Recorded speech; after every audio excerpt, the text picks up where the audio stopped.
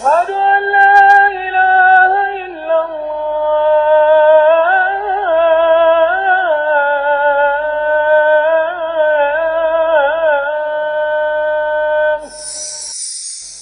أشهد أن محمدا رسول الله. أشهد أن محمدا رسول الله.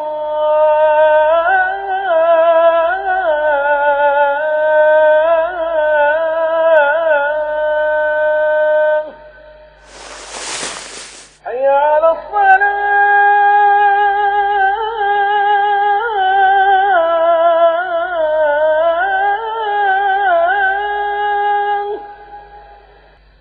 حي على الصلاة.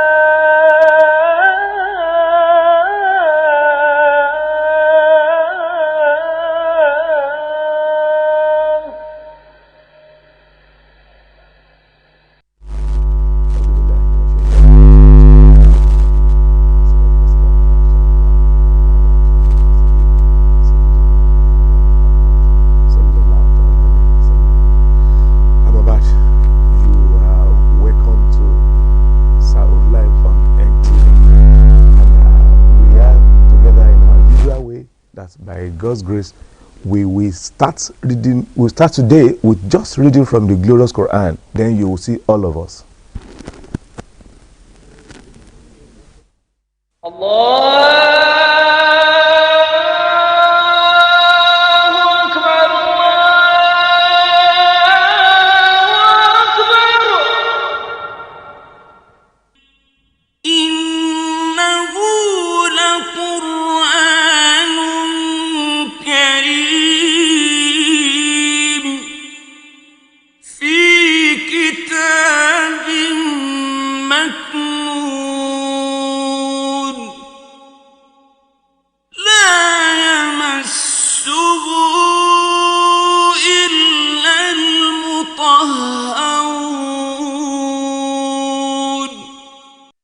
أعوذ بالله من الشيطان الرجيم. بسم الله الرحمن الرحيم.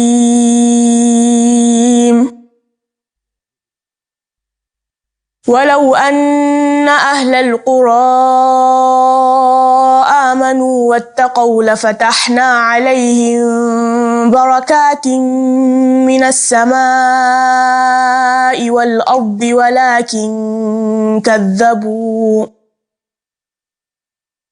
ولكن كذبوا فأخذناهم بما كانوا يكسبون.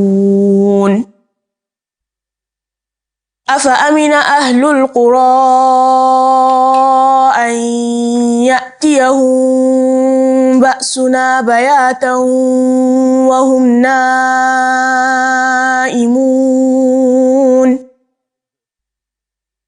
أوأمن أهل القرى أن يأتيهم بأسنا ضحى وهم يلعبون. أفأمنوا مكر الله فلا يأمن مكر الله إلا القوم الخاسرون.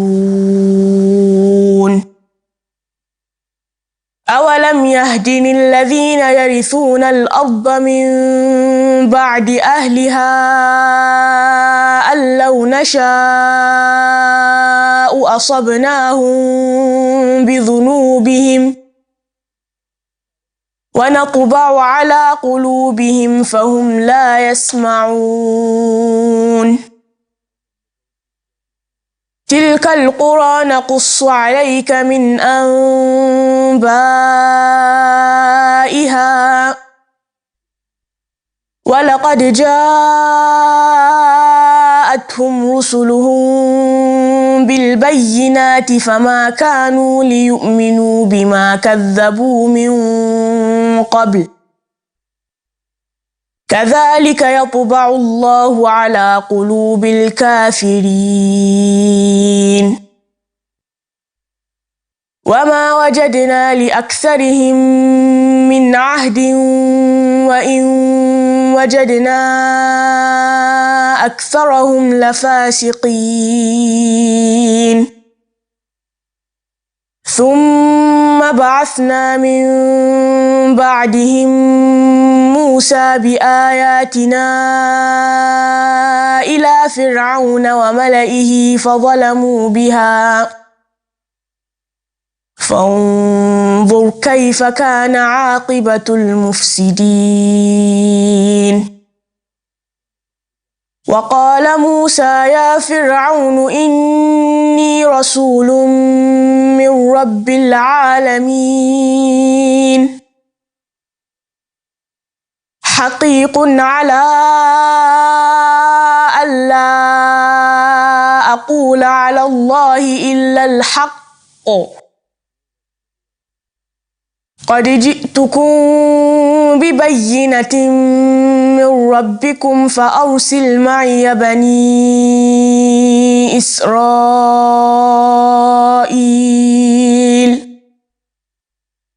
قال إن كنت جئت بآية فأت بها إن كنت من الصادقين فألقى عصاه فإذا هي ثعبان مبين ونزع يده فإذا هي بيضاء للناظرين قال الملأ من قوم فرعون إن هذا لساحر عليم يريد أن يخرجكم من أرضكم فماذا تأمرون قالوا أرجه وأخاه وأرسل في المدائن حاشرين يأتوك بكل ساحر عليم وجاء السحرة فرعون قالوا إن لنا لأجرا إن كنا نحن الغالبين قال نعم وإنكم لمن المقربين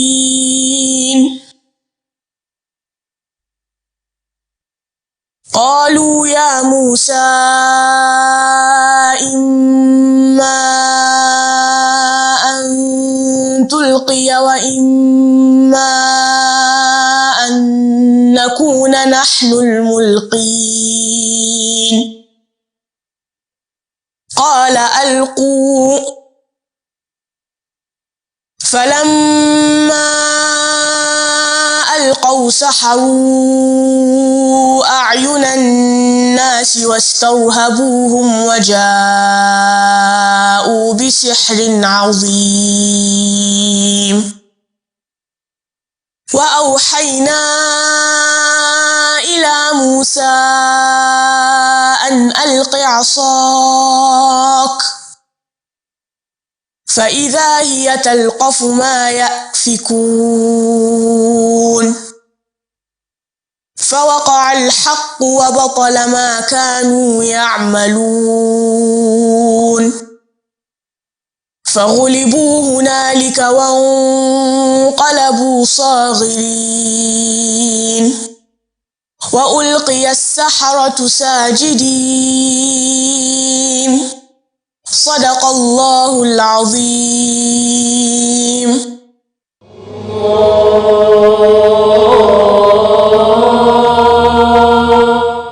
I seek refuge in Allah from Satan, the outcast. In the name of Allah, most gracious, most merciful. Yet if the people of those communities had but attained to faith and been conscious of us, we would indeed have opened up for them blessings out of heaven and earth. But they gave the lie to the truth, and so we took them to task through what they themselves had been doing. can then the people of any community ever feel secure that our punishment will not come upon them by night while they are asleep? Why can the people of any community ever feel secure that our punishment will not come upon them in broad daylight while they are engaged in worldly play? Can they then ever feel secure from Allah's deep devising? And none feel secure from Allah's deep devising, save people who are already lost. Has it then not become obvious unto those who have inherited the earth in the wake of former generations that if we so willed, we could smite them too by means of their sins, sealing their hearts so that they cannot hear the truth? Unto those earlier communities, some of whose stories we now relate unto thee, there had indeed come apostles of their own with all evidence of the truth, but they would not believe in anything to which they had once given the lie. Thus it is that Allah seals the hearts of those who deny the truth, and in most of them we found no inner bond with anything that is right, and most of them we found to be iniquitous indeed. And after those early people, we sent Moses with our messages unto Pharaoh and his great ones, and they willfully rejected them. And behold what happened in the end to those spreaders of corruption. And Moses said, O Pharaoh, verily I am an apostle from the sustainer of all the worlds, so constituted that I cannot say anything about Allah but the truth. I have now come unto you with a clear evidence from your sustainer. Let then the children of Israel go with me. Said Pharaoh, If thou hast come with a sign, produce it, if thou art a man of truth. Thereupon Moses threw down his staff, and lo, it was a serpent, plainly visible. And he drew forth his hand, and lo, it appeared shining white to the beholders. The great ones among Pharaoh's people said, Verily, this indeed is a sorcerer of great knowledge. Who wants to drive you out of your land? Said Pharaoh, What then do you advise? They answered, Let him and his brother wait a while, and send unto all cities heralds, who shall bring before thee every sorcerer of great knowledge. And the sorcerers came unto Pharaoh and said, Verily, we ought to have a great reward if it is we who prevail. Answered Pharaoh, Yes, and verily, you shall be among those who are near unto me. They said, O Moses, either you shalt throw your staff with thy staff. Either thou shalt throw thy staff first, or we shall be the first to throw. He answered, You throw first. And when they threw down their staffs, they cast a spell upon the people's eyes, and struck them with awe, and produced mighty sorcery. And then we inspired Moses, Throw down thy staff. And lo, it swallowed up all their deceptions. Whereupon the truth was established, and vain was proved all that they had been doing. And thus were they vanquished there and then, and became utterly humiliated. And down fell the sorcerers, prostrating themselves.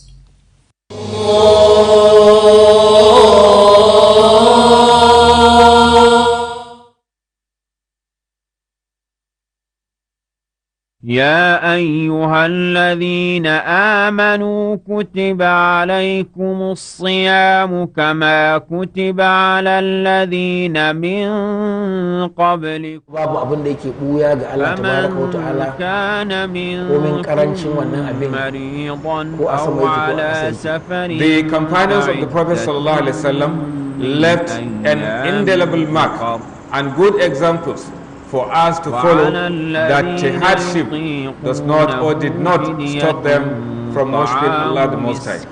وعلى الذين يطيقونه فدية طعام مسكين. Are you thinking of how to maximize your reward in this blessed month by extending a helping hand to the less privileged in spite of the lockdown? Then Ramadan Link is the program for you. Ramadan Link is a live interactive program designed to serve as a link between the donors and the recipients without breaching the safety regulations for COVID-19. You can always join us daily at these times on NTA Channel 5 Abuja, the Unity Station, for very interesting sessions. Ramadan Link, a pathway to Jannah.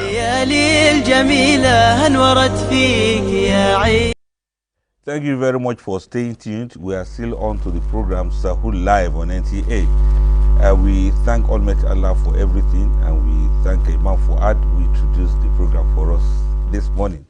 Alhamdulillah Rabbil Alameen. We just recited the glorious Quran now, and we pray that Almighty Allah will give us more of the blessings of the portion that was recited.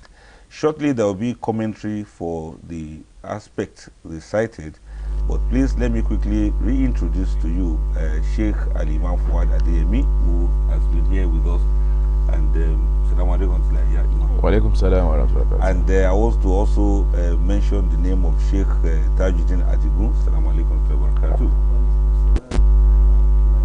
MashaAllah. We shall be mentioning the other sheikhs that will be handling the segments for us this morning for this program for today. And before that, please let us listen to the sheikhs for the portion that was recited. We recited from Surah Al-A'raf, and it was taken from verse 96 up until 120. And the recitation was done by our sister Amma Aisha Abakar Siddiq. May Almighty Allah bless her. And we also listened to the translation from Sheikh Abakar Siddiq. May Allah bless him and bless his household. Now let's do a little bit of commentary now, and when we finish that, we explain to us some of the other things we have for us on the program for this morning. My name is Abdul Fattah Adeyemi. Bismillah, Sheikh Tajuddin. Yes, we give thanks to Almighty Allah. Alhamdulillah. Ask him to Sallallahu alayhi wa sallam.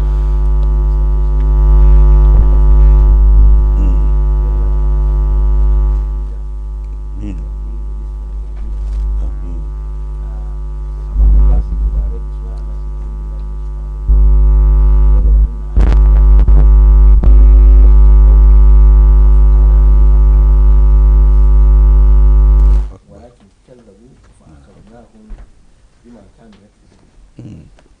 Allah says in that verse, and if the people of the towns, people of the cities, No.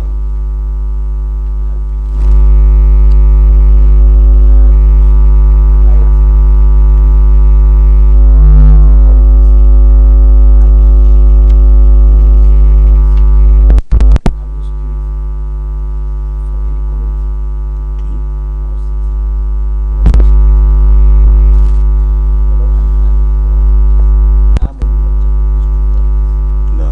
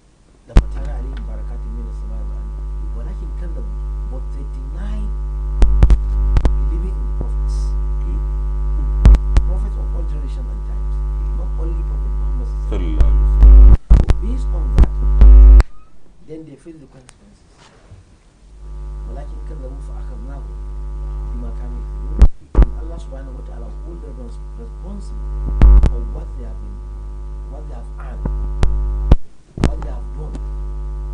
So any nation that want to be successful, then that nation must be God conscious, Okay. must be righteous, Okay. must be good.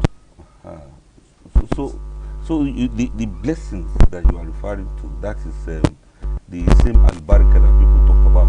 So any nation who that will not follow the blessing of Almighty Allah, the injunction of Allah, Allah will withdraw that al-baraka Of course. from them. That's And what they it may means. face consequences, Okay. crisis on the counter. May Allah save us From from A to that. B, from B to C. May Allah save us from that. Imam Fuad, please, I want you to also make addition to this.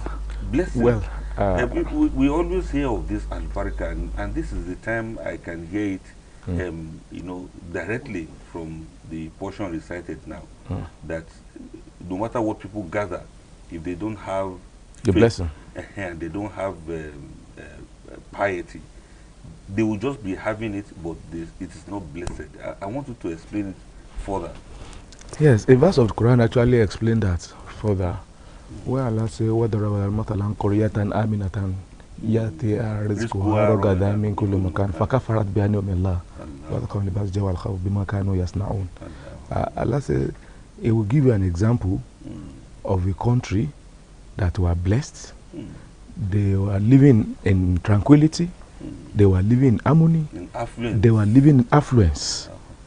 But فَكَفَرَتْ بِأَنْعُمِ اللَّهِ, then they deny the mercy of Allah.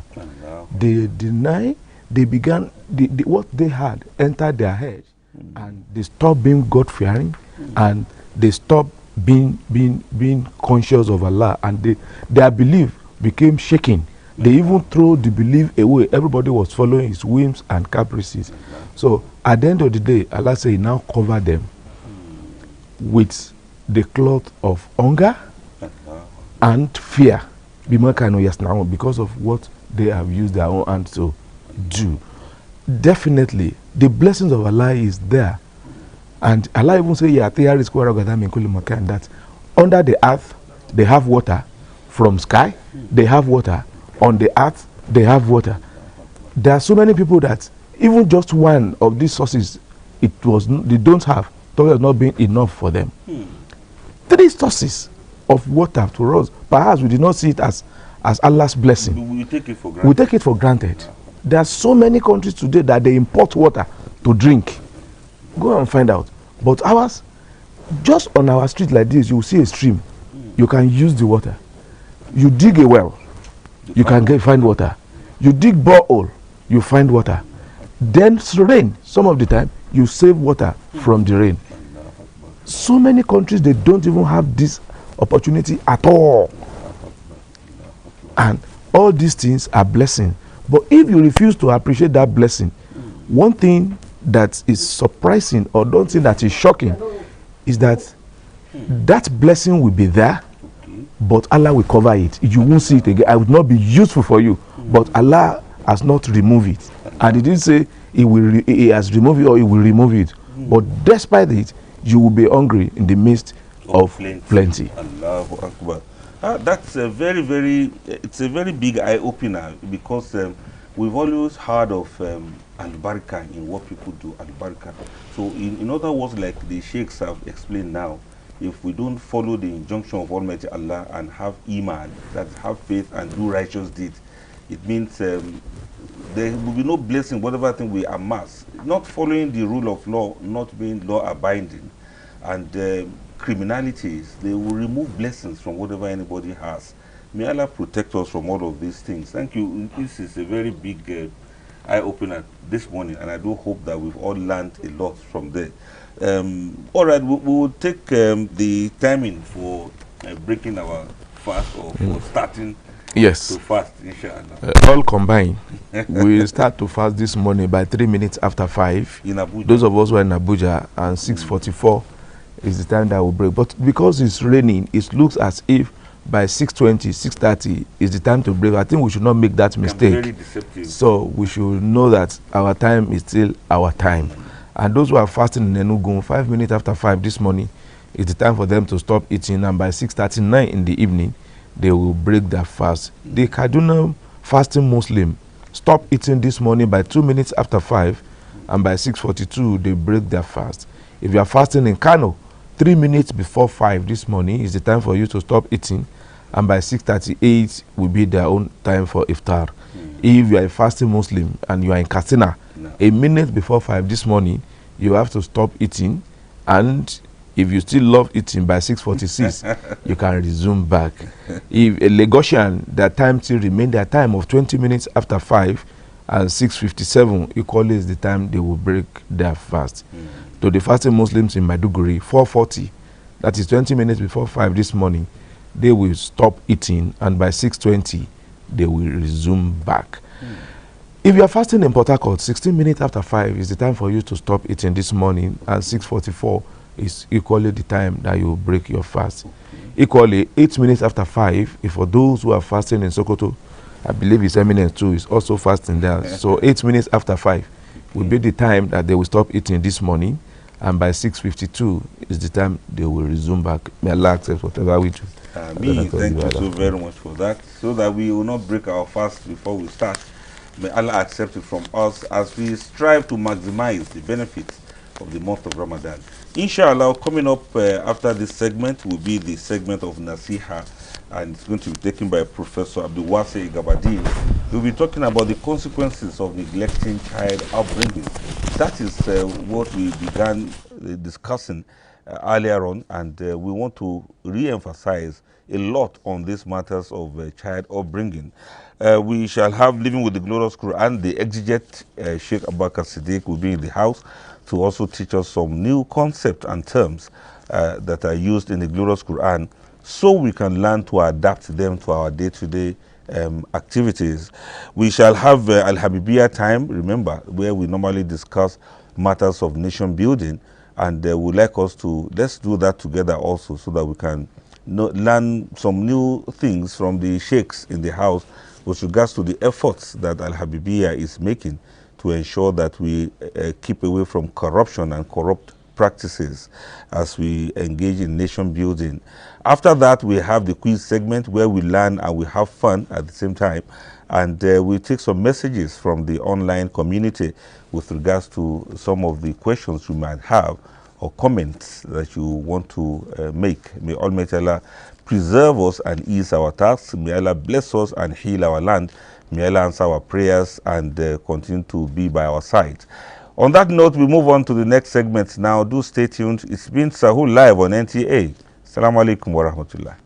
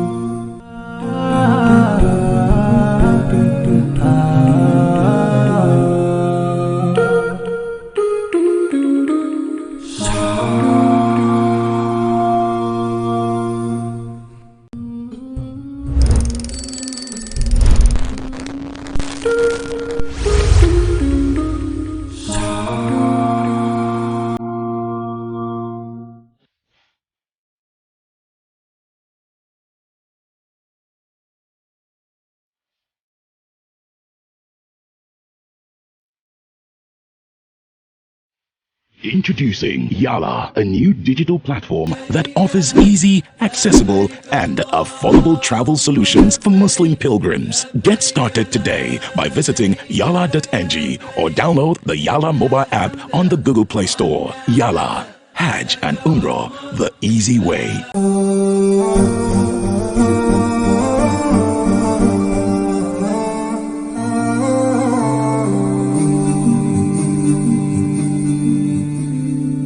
Assalamu alaikum wa rahmatullahi, guys. My name is Abdul Malik Hashim, known as the Only Malik here, and I'm on the Big IQ show, yeah. So, welcome. Wahala. People shall. They'll be protected. I don't know. Move. In boy, you know, succeed, proceed. Ramadan, Shawwal. It's like wait. I'm coming. Ramadan, Rajab, Sha'ban actually.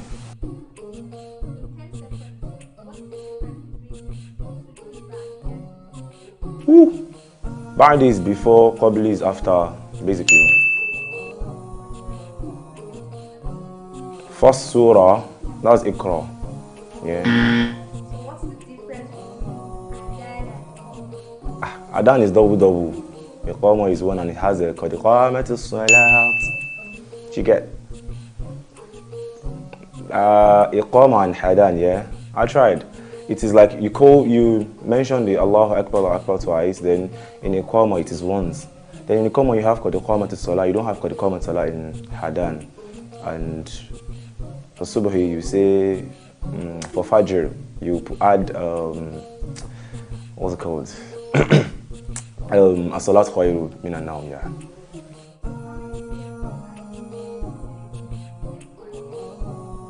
Syllable 3.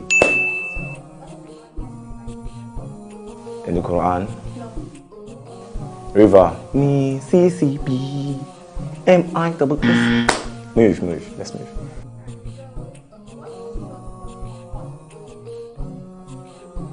Shortcut, like the short FN, what's called control key, yeah? That's control X, yeah? Third, I don't know, I think, I'm gonna guess, Mercury. Am I right? It's far. Jupiter. I don't know, let's move. Undo. Yes, computer. Wahala. Undo Control Z. Yeah.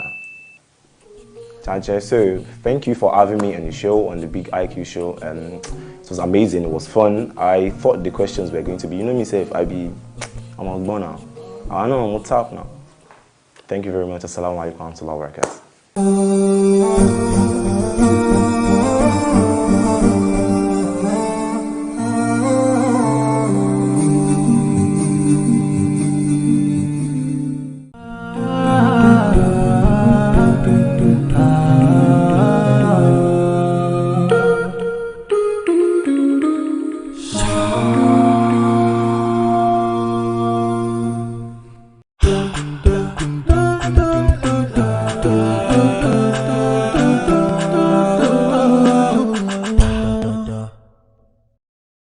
Assalamu alaikum. My name is Khadija Suleiman. I'm an influencer for Maggi for Niger State.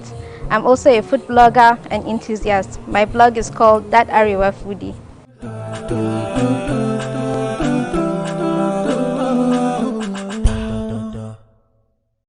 My mom and my elder sister, they love food and they love experimenting with food. So it's something I just picked up, and then I also love to experiment also with food, even though I got in trouble with my mom sometimes. But then it pays off at the end of the day. I'm intertribal, so basically a lot of northern dishes from my mom's tuwon semo and miyan kuka for sahur. That's something I remember my mom used to make for us. But the manshanu, not to forget, I think that's what makes me always remember that. Manshanu is just clarified butter gotten from cow. It's something that is an accompaniment for kuka soup. Once you are doing miyan kuka, it's just what completes it actually. I always prefer a light sahur. It's easier on your digestion and it keeps you active. For iftar especially, my go-to is stir fries with a lot of vegetables. I know I'm going the healthy way once I do that. And of course fruits. So you have some dates, watermelon, bananas. That is rich in potassium. When it comes to eat, it's more of preparing food that I know I can share with my family and friends that come to visit. I get forced to visit sometimes, but mostly it's more of what I can prepare for my family and friends coming. When we were young, we lived in a family compound, so my cousins were my neighbors. We get to roam around in the evenings, and they share a lot of goodies just before the Eid day. It was a lot of fun, a lot of fun.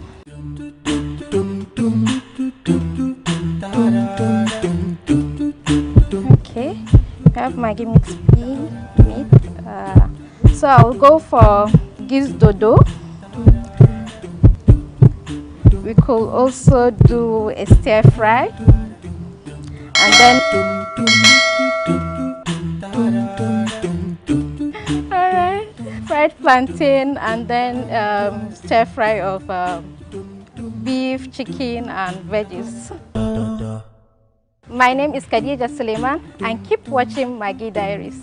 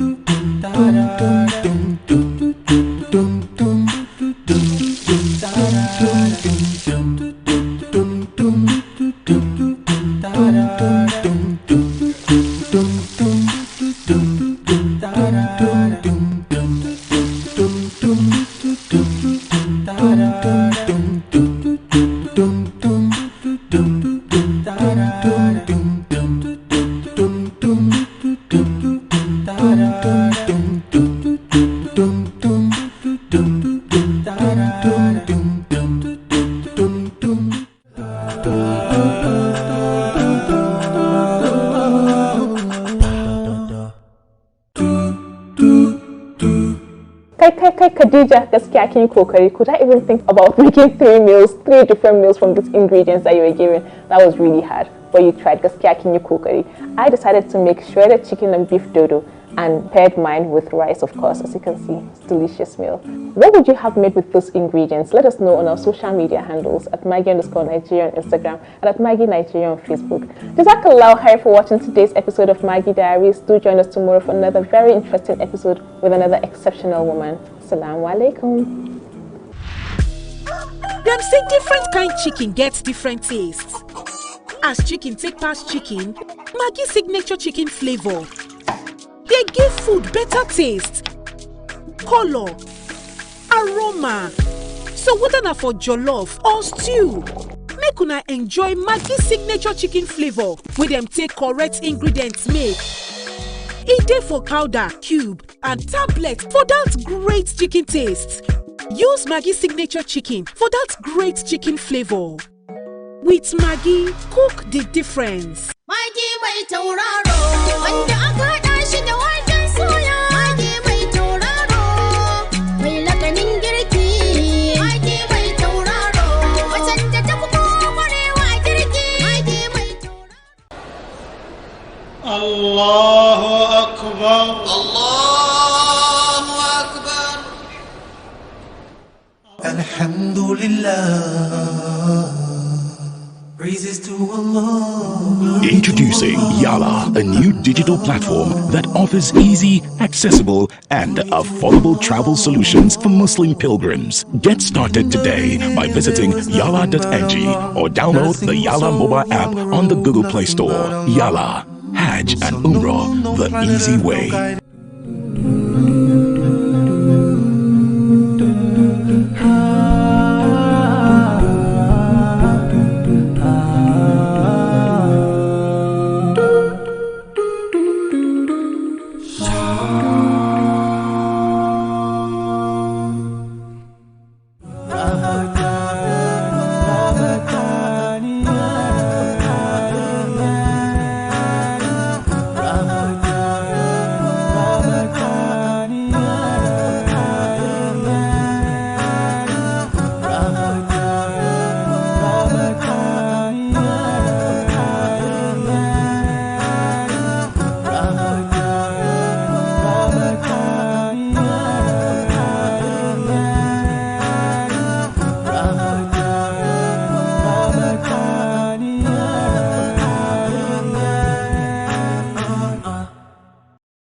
يا حي يا الله يا قيوم يا الله.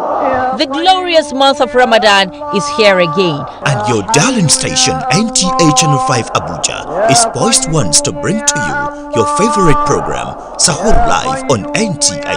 Our team of erudite scholars are ever ready to provide insightful analysis into the religion. Come and maximize your reward by partnering with us on the program, which runs 4 to 6:30 a.m. daily, by donating generously to the success of this year's edition.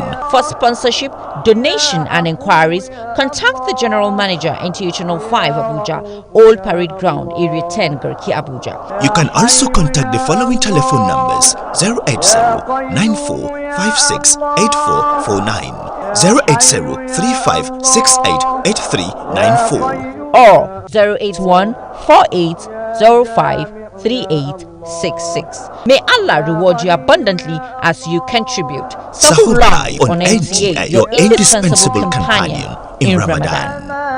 يا الله يا ضار.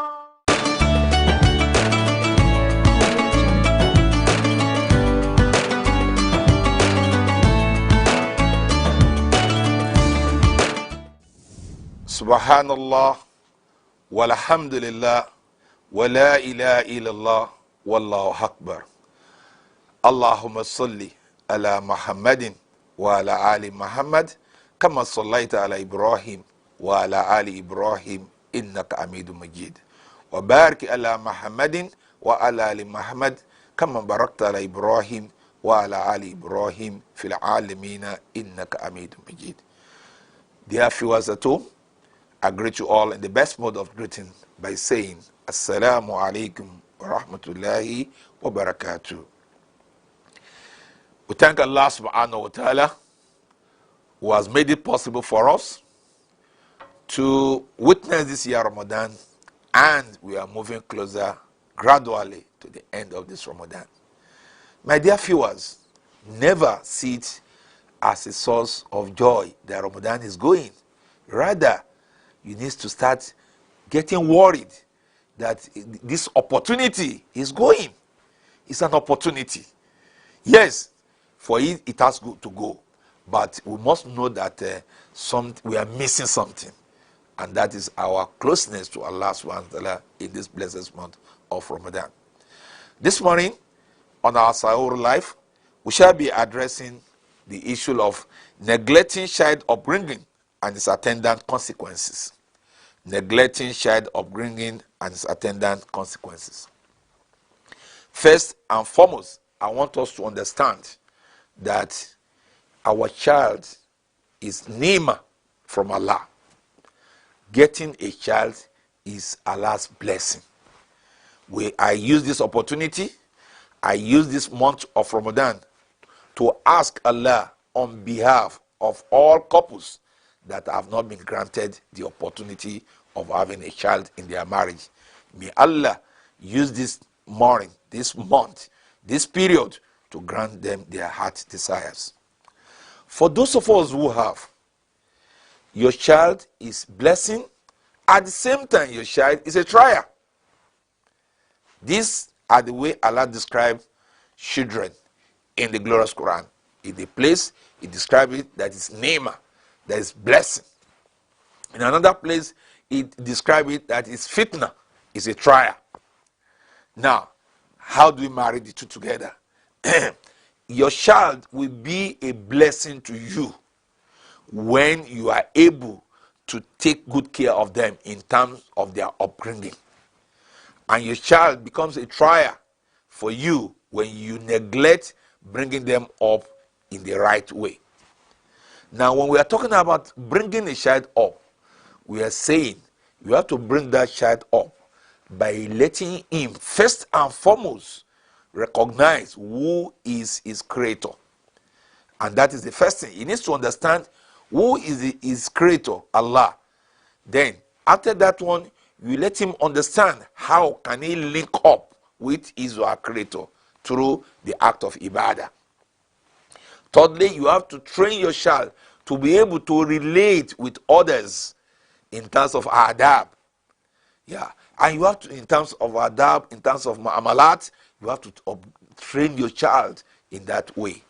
And you have to train your child on how to have a lawful means of survival. I mean, all these are part of training we need to give to our child. When you now neglect all this, then what is going to be the attendant consequences? The consequences of not training our children, the consequences of not making sure that we give the best upbringing to the best of our ability to our children is better imagined than experienced. It has spiritual consequences, it has a moral consequences, it has political consequences, it has economic consequences, it has social consequences, and a host of others. Now, when you look at, when Allah gives us an example in the glorious Quran through the wise man known as Luqman in the glorious Quran, the Quran that is the chapter is Surah to Luqman, and that is when Allah, when He wants to say this in وَلَقَدْ آتَيْنَا لُقْمَانَ الْحِكْمَةَ أَنْ أَشْكُرُ لِلَّهِ وَمَنْ يَشْكُرُ فَإِنَّمَا يَشْكُرُ لِنَفْسِهِ وَمَنْ كَفَرَ فَإِنَّ اللَّهَ غَنِيٌّ حَمِيدٌ. The first thing Luqman says is that, and indeed we bestow upon Luqman wisdom and religious understanding, saying, give thanks to Allah, and whoever gives thanks, he gives thanks to for himself, because you are the one that will be benefit from your thanks. And whoever is ungrateful to Allah, yes, he is the one that will lose, because Allah is already rich, is free of all wants, worthy of all praises. Now, when Luqman is now training his own children, see, the first thing he said, وَوَصَيْنَا الْإِنسَانَ بِوَالِدَيْنِ أَمْلَةُ أُمُّهُ وَعَنًا عَلَى وَعَنِ وَفِصَالُهُ فِي عَامَيْنِ أَنْ أَشْكُرَ لِي وَلِوَالِدَيْكَ إِلَيَّ الْمَصِيرُ. After he has introduced Allah, that he needs to thank Allah, the next thing that he talks about goodness to parents. That's another upbringing that we need to give to our child. And the story continues like that. It's a very long story. Check Quran chapter 31, verses 12 to 19. You see this thing comprehensively. But I'll come out with just like an executive summary of what are the issues addressed in those verses. And once you give the story, the first thing that Luqman link his child to Allah, who is his creator. The next thing Luqman teaches his child about goodness to parents. The next thing is that he talks about relationship, with people. He talks about moral characters that a child is supposed to have, and a host of others. Now, are we doing that thing today? The truth of the matter is that we are not. And my dear brothers and sisters, listen to this program. You need to ask yourself, how far have you been making your child to be a good Muslim child? A good Muslim child is what we need to address. A good Muslim child will recognize his creator. A good Muslim child will be very good to his parents. A good Muslim child will know how to relate with neighbors, will know how to relate in offices, and a host of others. Now, not doing it, there's going to be, the first thing, that there's going to be a disconnect between that child and his creator, because you did not teach him how to recognize his creator. Once there's disconnectivity between creator and creation, then that person is bound to live a very narrowed life. The second consequence is that somebody who did not recognize his creator will not recognize the Sharia of Allah, meaning that he or she will not act according to the dictates of Allah. Rather, he or she will be acting contrary to the dictates of Allah. Such child will tell lie, such child will gamble, such child can go for kidnapping, such child can become a banditry, and a host of others. Why? Because nobody trained him. Yeah, we need to say it loud and clear. Anybody is representative of his family. So if you have a child and he is a kidnapper, it means that the family, this is their contribution to Nigeria. Why? Because they did not give them. Somebody may want to ask, are you saying all those children are not given proper upbringing, yes, there is the consequences. Now, today, such child will become a commissioner tomorrow because it doesn't have that upbringing. It can be a fraudulent public officer, and like that. Relationship with people. Yeah, if you have a child that is properly trained, you are a Muslim, you have a Christian neighbor, you train your child in a way that he needs to see his Christian brothers and love him and relate with him in a very good way. This is the way. So when he becomes a public officer, he's working with a Christian in office, he will behave in a very way because this is the upbringing he has received. See, this is the upbringing he has received. So these are things that are lacking, and that's why we are finding it difficult in our society today. Also, part of the consequence is that it will affect our security as a nation, because when children are not trained, they will go into kidnapping, they will go into banditry, they will go into different things. We have to, all the people we are seeing on the street in the names of Al-Majri too, is because parents have neglected their duty to those children. It is not Islamic to say that that is the way you want to train your children and just be moving around the street. No, nobody can attribute it to Islam. Yeah, you can't. So we need to get all these things and fix it back in the right way. And want to use this opportunity of Ramadan, because Ramadan is a month of reformation. Is a month of reformation.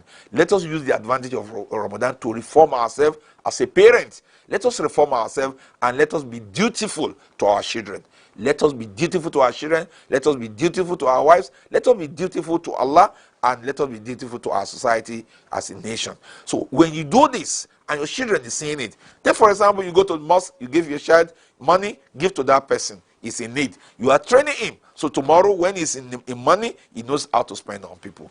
These are things that we need to start training our children with so that we can reform our society. Nobody will fix this country for us. We are the architect of the problem of Nigeria, and we are the one that will fix Nigeria back. And the starting point is for parents to take responsibility about their children. May Allah give us the best understanding of this message and give us the ability to put it into practice. Aqulu qawli hadha wastaghfirullahi wa lakum. Wassalamu alaikum wa rahmatullahi wa barakatuh.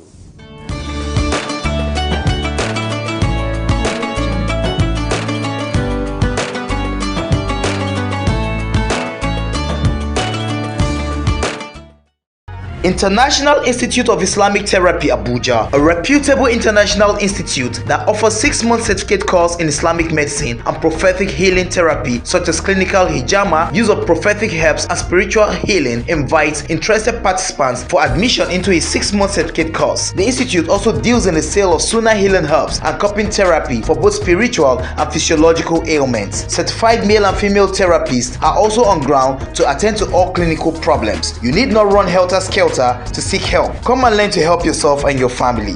Visit us at number 4 Ajumogobia Street, D Close, opposite Corn Oil, Kado Estate, Abuja, or call 0802-299-6266 or 0909-8867-777 or 0802-0801-855. International Institute of Islamic Therapy Abuja. For every ailment is a cure. Build a home for yourself in paradise. Whoever builds a mosque for the sake of Allah, like a sparrow's nest or even smaller, Allah will build for him a house in paradise. Ibn Majah. Are you thinking of building a home for yourself in paradise this blessed month of Ramadan? The International Halal Family Center is offering you a golden opportunity of doing so. The International Halal Family Center's Mosque and Da'wah Center, a project of the Islamic Family Foundation, offers every conscious believer unique avenue to own a home in paradise through your contributions to these lofty projects. The center, which is located on a 2.3 hectares in Wasa district, Abuja, is kicking off with the masjid and Da'wah Center. The over 2,000 capacity masjid will not only serve as the Jum'at mosque for the community, it will equally serve as a rallying point for our brethren in the district. Be a part of this worthy cause by donating generously to the mosque project. All donations should be sent to the project's account number, Islamic Family Foundation, Sterling Bank, account number 050-07-49-145, domiciliary account 050-07-49-176. For further inquiries, contact us on the following telephone numbers: 080-3317-5075, 080-3453-1462, 080-5195-6010. May Allah reward you abundantly as you build a home for yourself in Jannah through this initiative.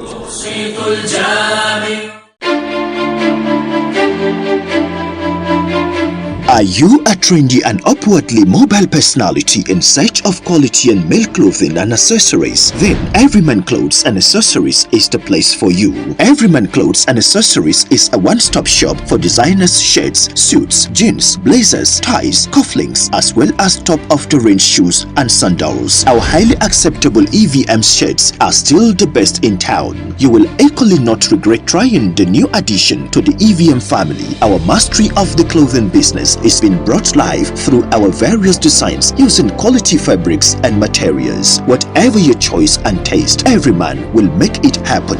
Visit us today at Suite 3, 2nd floor, Maydebino Plaza, Michael Okmara Street, opposite Grand Ibro Hotel, Wuse Zone 5, Abuja. You can also reach us on 081-3410-7609 or 081-8793-4364. Email everymanevm@gmail.com. Instagram at Everyman Clothes. Website www.everymanclothes.com. If it is men clothes and accessories, we stock it.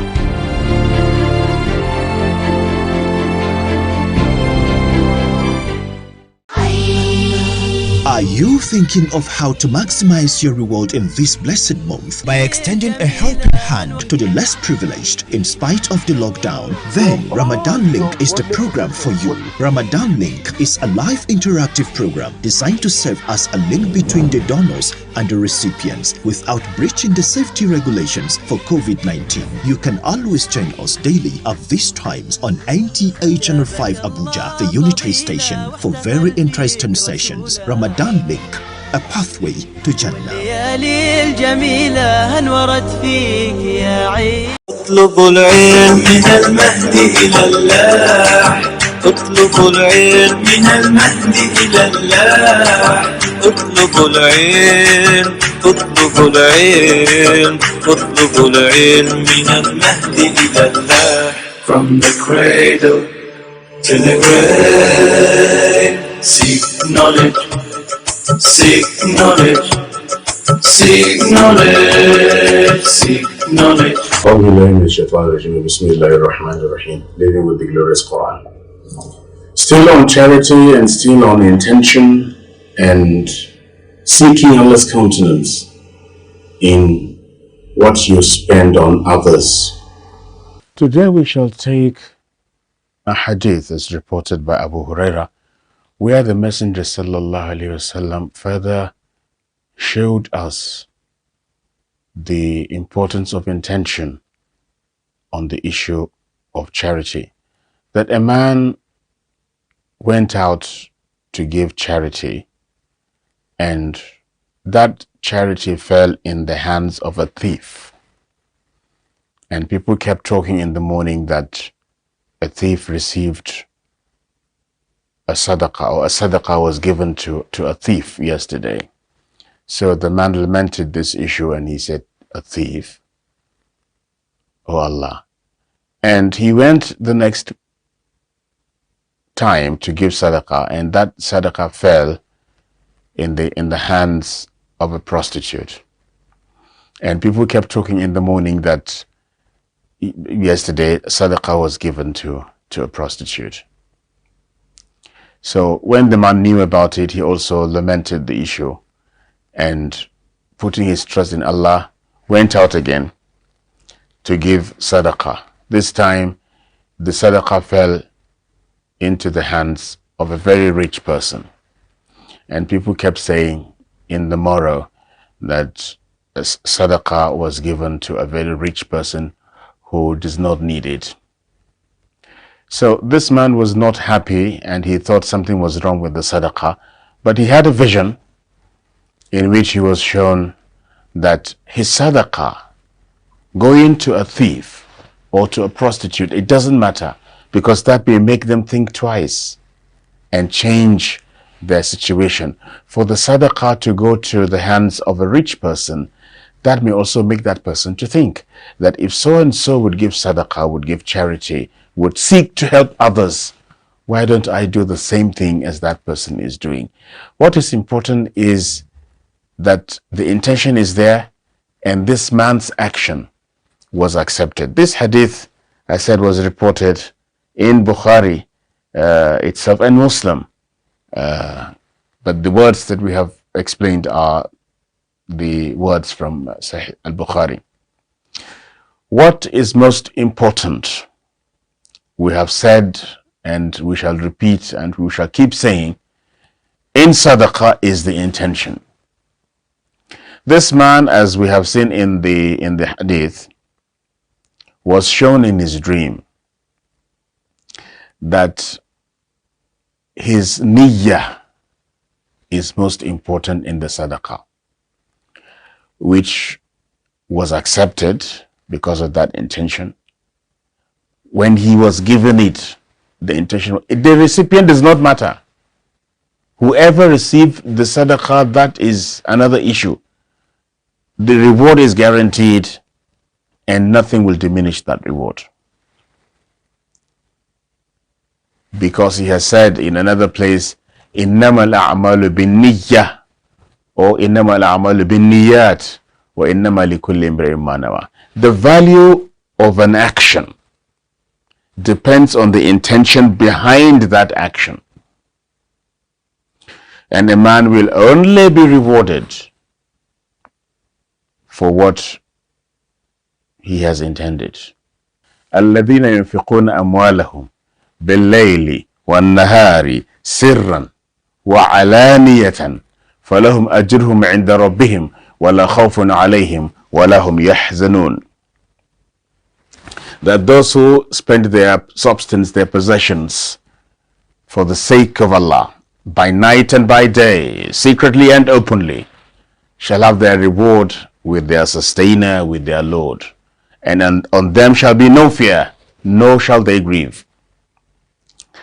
They do not have to wait for the daytime so that people will see them expending their substance on others. Whatever opportunity they get, either by night or by day, secretly or openly, they expend what Allah has given them on others. If they are unable to conceal it, then by daytime. Otherwise, they do it in such a way that nobody would see what they offer to others. And at times, however much you try to conceal your act of benevolence, people are bound to see it. One who spends secretly is part of the seven, as we see in another tradition, whom Allah will cover with his shade on the day that there will not be any other shade but his. وَرَجُلٌ تَصَدَّقَ بِصَدَقَةٍ فَأَخْفَاهَا حَتَّى لَا تَعْلَمَ شِمَالُهُ مَا تُنْفِقُ يَمِينُهُ. And the man who gives charity, concealing it so well that even his left hand does not know what the right hand has given or has bestowed. As if to tell us that when we give, you do not demean the person that is receiving your charity. You don't give it with the left hand, as if it's something that is worthless, as if this person is despicable. So the hadith says, to such an extent that even his left hand does not know what the right has bestowed, what the right has given to another person. The left hand does not know. That you are not to use your left hand when you come to give charity to others.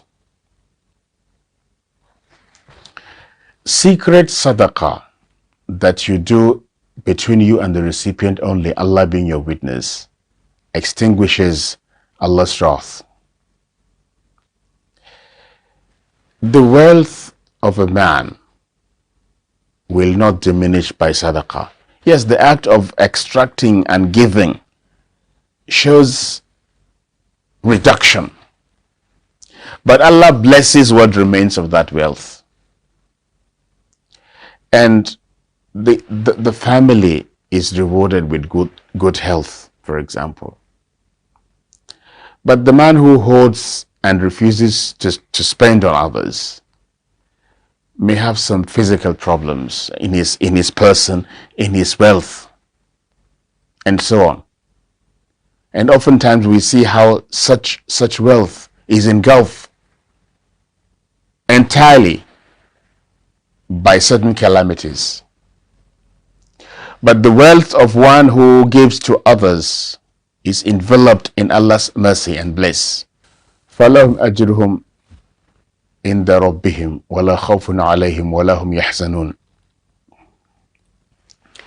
They shall have their reward with their Lord, with their sustainer. On them shall be no fear, neither shall they grieve. They are free from dread. They are free from dread when people will be afraid. They will not grieve when people will be sad. وَتَرَى كُلَّ أُمَّةٍ جَاثِيَةٍ. On that day, every nation, you see it crouching because of the terrible nature of that day. But those who secretly spend on others, they shall have no fear. They will not grieve. In another place, the Messenger of Allah sallallahu alaihi wasallam said, "Ittaqu an-nara walau bi shiqqi tamra, faman lam yajid fa bi kalimatin tayyiba." Guard yourselves against the fire, even if it be with half a date. If you can't give a complete date, then cut it into two and give half in charity. If you cannot give half a date, then speak nicely to the person in need. Abu Hurairah, may Allah be pleased with him, reported that Allah's Messenger sallallahu alaihi wasallam said, every day 2 angels descend from heaven. One of them says, "Oh Allah, compensate more to the person who gives in charity. Give him more." And the other angel will say, "Oh Allah, destroy anyone who withholds charity from others." This is a powerful prayer. Every day 2 angels descend, and they make such prayers, one in favor of one who gives charity to others, and another also, a bad one, for one who withholds charity from others. The destruction that they asked for is that he is to be destroyed in his person, in his wealth, in his offspring. Just think deeply. In your life, you must have seen such destruction in people who hoarded property. He did not enjoy it. He did not spend it. He hoarded, amassed, and kept, and died. And the children who should have used this money to better their lives, that money only contributed in destroying their own lives. Inshallah, tomorrow we continue from here. Assalamu alaikum wa rahmatullah. اطلبوا العلم من المهد إلى اللاح اطلبوا العلم أشهد أن لا إله إلا الله.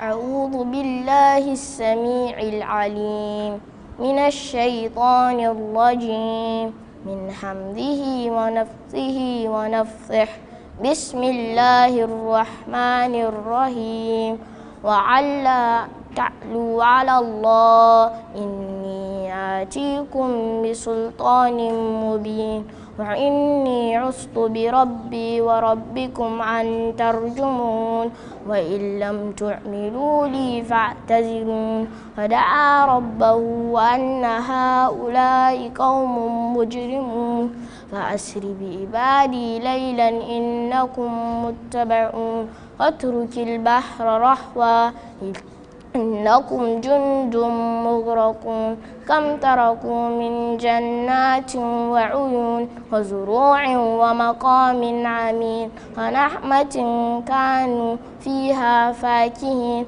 كذلك وأورثناها قوما آخرين فما بكت عليهم السماء والأرض وما كانوا منذرين ولقد نجينا بني إسرائيل من العذاب العليم من فرعون إنه كان عاليا من المسرفين ولقد اخترناهم على علم على العالمين وآتيناهم من الآيات ما فيه بلاء مبين إن هؤلاء ليقولون إن هي إلا موتتنا الأولى وما نحن بمنشرين فأتوا بآبائنا إن كنتم صادقين أهم خير أم قوم تبع والذين من قبلهم أهلكناهم إنهم كانوا مجرمين وما خلقنا السماوات والأرض وما بينهما لاعبين ما خلقناهما إلا بالحق ولكن أكثرهم لا يعلمون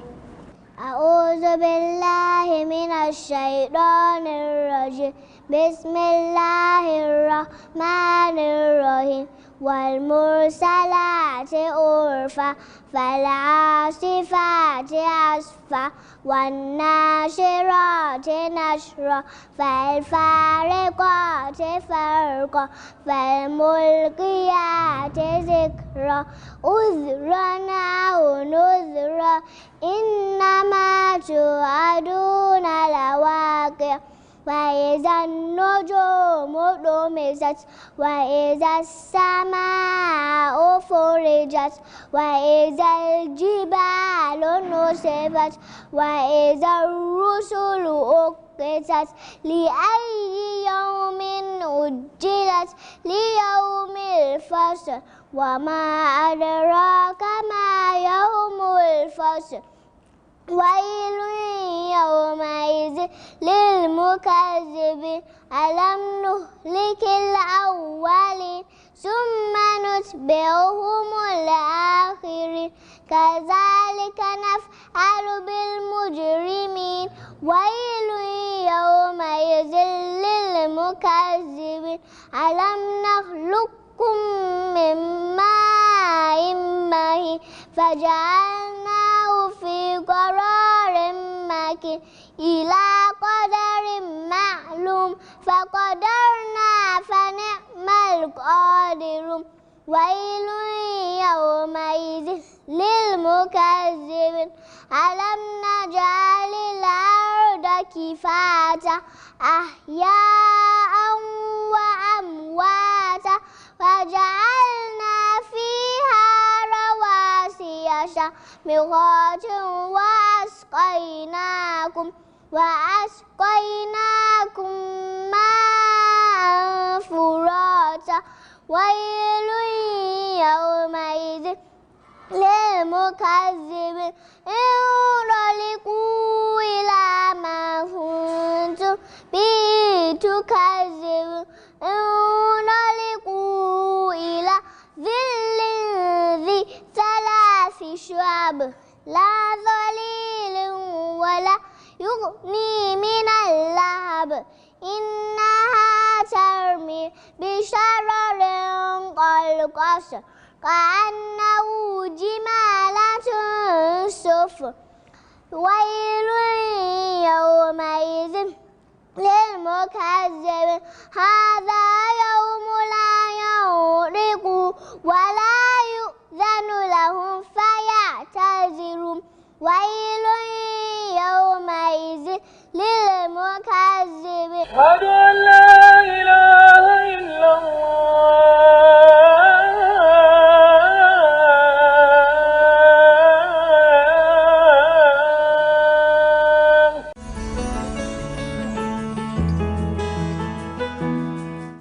The role of the media in curbing immorality.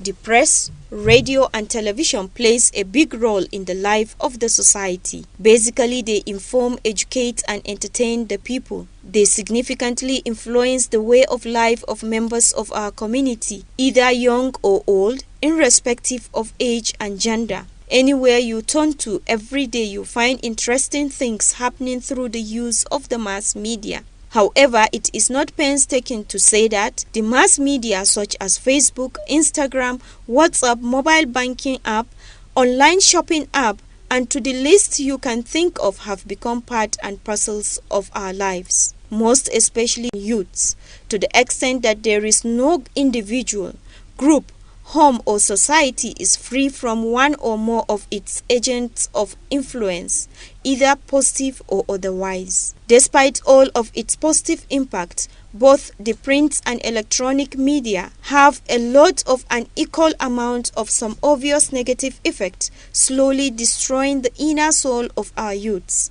and the Muslim society as a whole.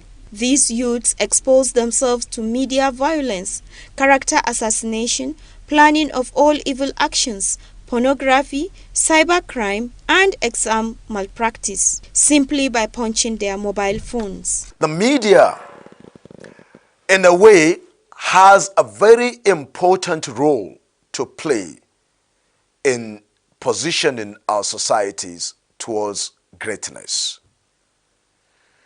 Today, unfortunately, through the various social media platforms, the society is being attacked morally. The handsets at our disposals are meant to be things that will make us to attain great heights, but unfortunately through them they've become windows to the world of immorality. And all of us are guilty of this except for a few. Research has shown that Nigeria had 99.05 million internet users. This figure is projected to grow to 131.7 million in the year 2020. Internet penetration will amount to 46.6% in 2020 and it will increase to 65.2% by the year 2025. It is not a surprise for you to know that you and I are definitely part of this figure. Therefore, the question now is, how well do you use media? I use it actually for different things, but I also use to search for knowledge pertaining Islam because I'm not perfect and I need to know more. Social media handles, we are supposed to participate in all Islamic affairs and spreading Islam, preaching Islam, sending the messages as reminders to other Muslim brothers and sisters. I browse things from them. If I need any, maybe if there are new things that I don't have knowledge of, which I believe I can quickly run to my internet to get answers to it. And again, it's a medium where we can reach people from far. I use for different kind of things, but I try as possible to also use to gain more knowledge. Are you part of those who use it to curb immorality, or you are one of those who use any kind of media at your disposal to propagate immoral values? Nevertheless, there is an absolute need and immediate reason to regulate the use of internet. And it's like, especially amongst our teens and youths, this is because of the obvious reason that they are the most targeted and vulnerable. When you look at the amount of audio and video clips, sensual advertisements, fashion shows, series, and above all music that are being spread through an unregulated means, this is better explained. As Muslims, what do we have? We have the responsibility to change the narrative. Your presence there should influence positivity. Promote what is positive by spreading beneficial knowledge and by encouraging people to do beneficial things. Use your platforms for positive change. Promote goodness. And even those that offer these platforms should promote things such as rewarding positivity. Let them offer a platform that will encourage people to do righteous deeds, a platform that will instill within people that when you do good and you promote morality, there is a reward for you. The media, as an important agent of socialization, must promote Islamic values that will help to change the mindset and belief of our youths. They need to be protected and well guided from publications showing indecency, immoral dressing, haram-related series, movies, comedies, and music. Any form of entertainment or advertisement containing such elements should be discouraged from being published or transmitted to protect the interests of all Muslim Ummah. Elders and members of the community are advised to put their heads together in combating all social vices that leads to immorality in the society.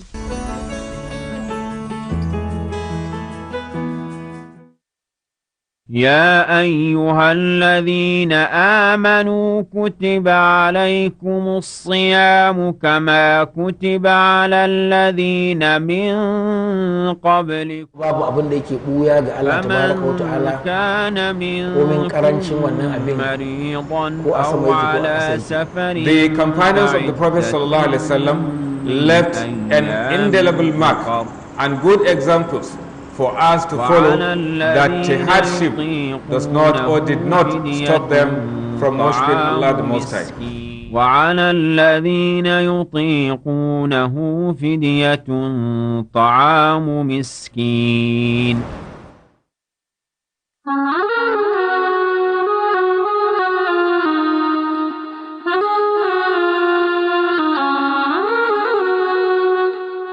Are you looking for a unique boarding school with a high-quality education in a friendly environment? Visit Nur Tawhid General Academy, where the stars are within the reach of your Lord's fingers. لا تتساءل ولا تتردد يا أخي، فعندما تسمع قراءة مجودة وترى طالبا مؤدبا يتكلم بعربية قحة، فاعلم أنه طالب من مدرسة نور التوحيد الشاملة. Flying with your two wings by balancing between Arabic and English languages. Our mission: memorizing the Holy Quran, inspiring excellence and building characters. فلا نقدر على ذكر كل ما كان في هذه المدرسة الميمونة، فانطلق إليها وشاهدها بنفسك. يمكنكم الاتصال بنا في الأرقام التالية: 08033110512. Nur Tawhid General Academy is located at number 8, 2nd Avenue, 24 Crescent, Warumpa, Abuja. Nur Tawhid General Academy. Knowledge is victory.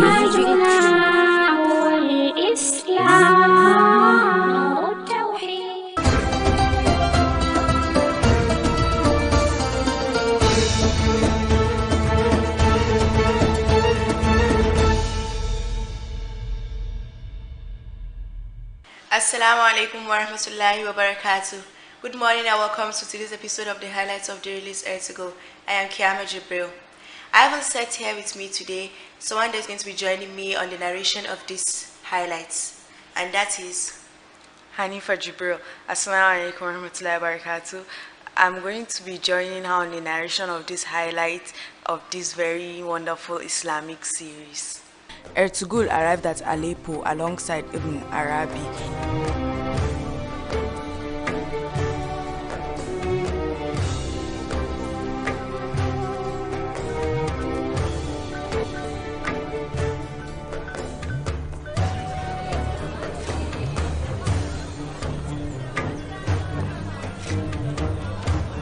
And the revenge-seeking Titus, who already connived with his team of assassins in Aleppo Palace to kill Ertugrul.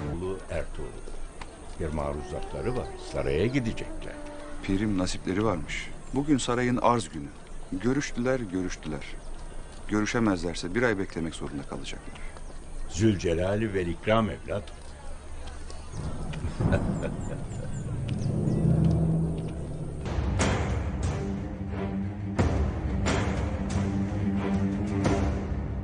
Ertugrul met with the vizier of the king and explained his offer, but he had to show some skills to demonstrate the strength of Kayi soldier.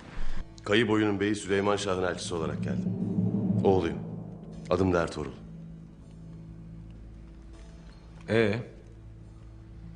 Ne istersin beyoğlu? Sizden yurt almaya geldim. Yurt istersin. Peki karşılığında ne vereceksin? Eğer bize yurt verirsen, karşılığında 2000 tane alp, başın her dara düştüğünde yanında olacak. 2000 alpa. Benim sarayımın muhafızlarının sayısı bile bundan fazla.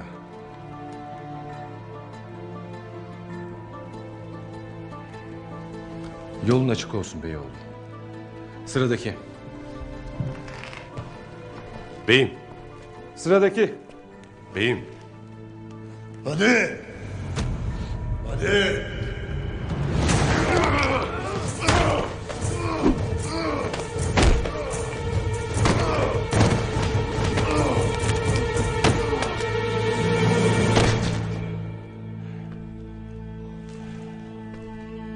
Muhafızları 3 eksik say.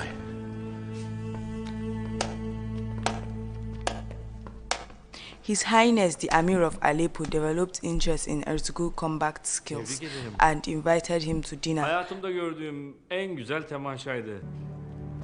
Bu Türkmen yiğidi yakından tanımak isterim. Bu akşamki yemekte göçerlerin çileli hayat hikayelerini, kahramanlık destanlarını onun ağzından... At dinner, Titus in the league with his cohorts embarrassed him by stealing their swords and presented the stolen swords at the dinner. Kayı elçilerinin getirdikleri hediyeler için teşekkür ederiz. Kabul ederseniz bizim de size hediyelerimiz var.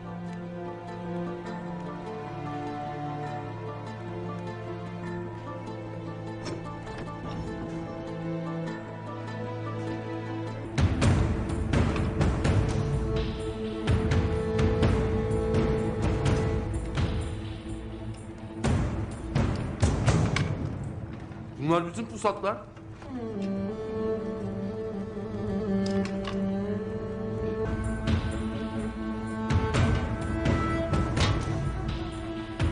Şimdi söyle Ertuğrul. Silahlarına barışta bile sahip çıkamayan yiğitlerin sözlerine ne kadar güvenilir? Dinlenin. Uzun yoldan geldiniz. Yarın sabah komutanlarımla istişare edip kararımı bildiririm size.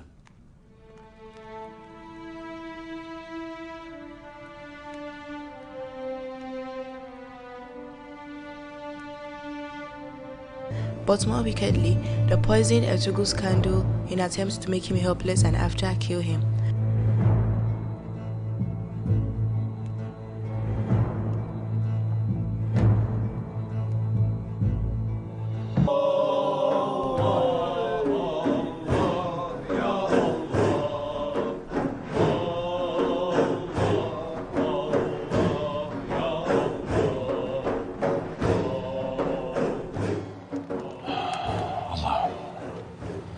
Sen kuluna taşıyamayacağı yük yüklemezsin.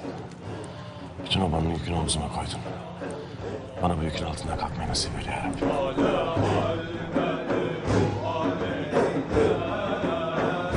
Sen ki Yusuf'u kuyudan çıkarıp Mısır'a sultan yapansın. Bu düştüğüm bu dipsiz kuyudan çıkmak için bana bir imkan ver ya Rabbi.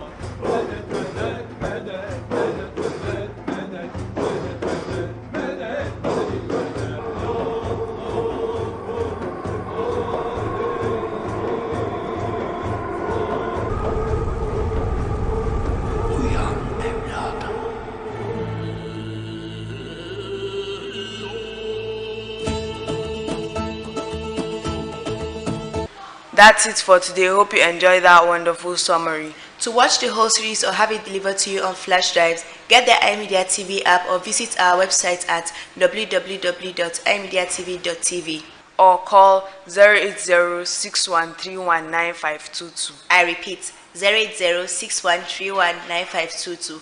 I hope you enjoyed it. Wassalamu alaikum wa rahmatullahi wa barakatuh.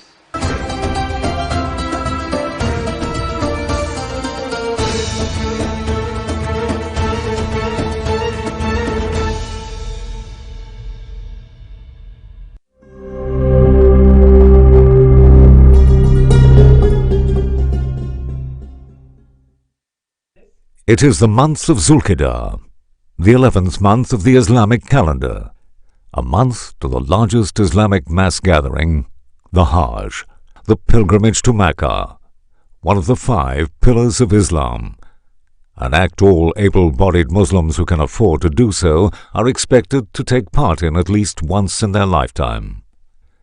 This is the story of the Comorel pilgrims engaging in the Hajj, one of the most important events of their lives, a gathering of first-timers and loyal, returning pilgrims on their epic journey to Hajj.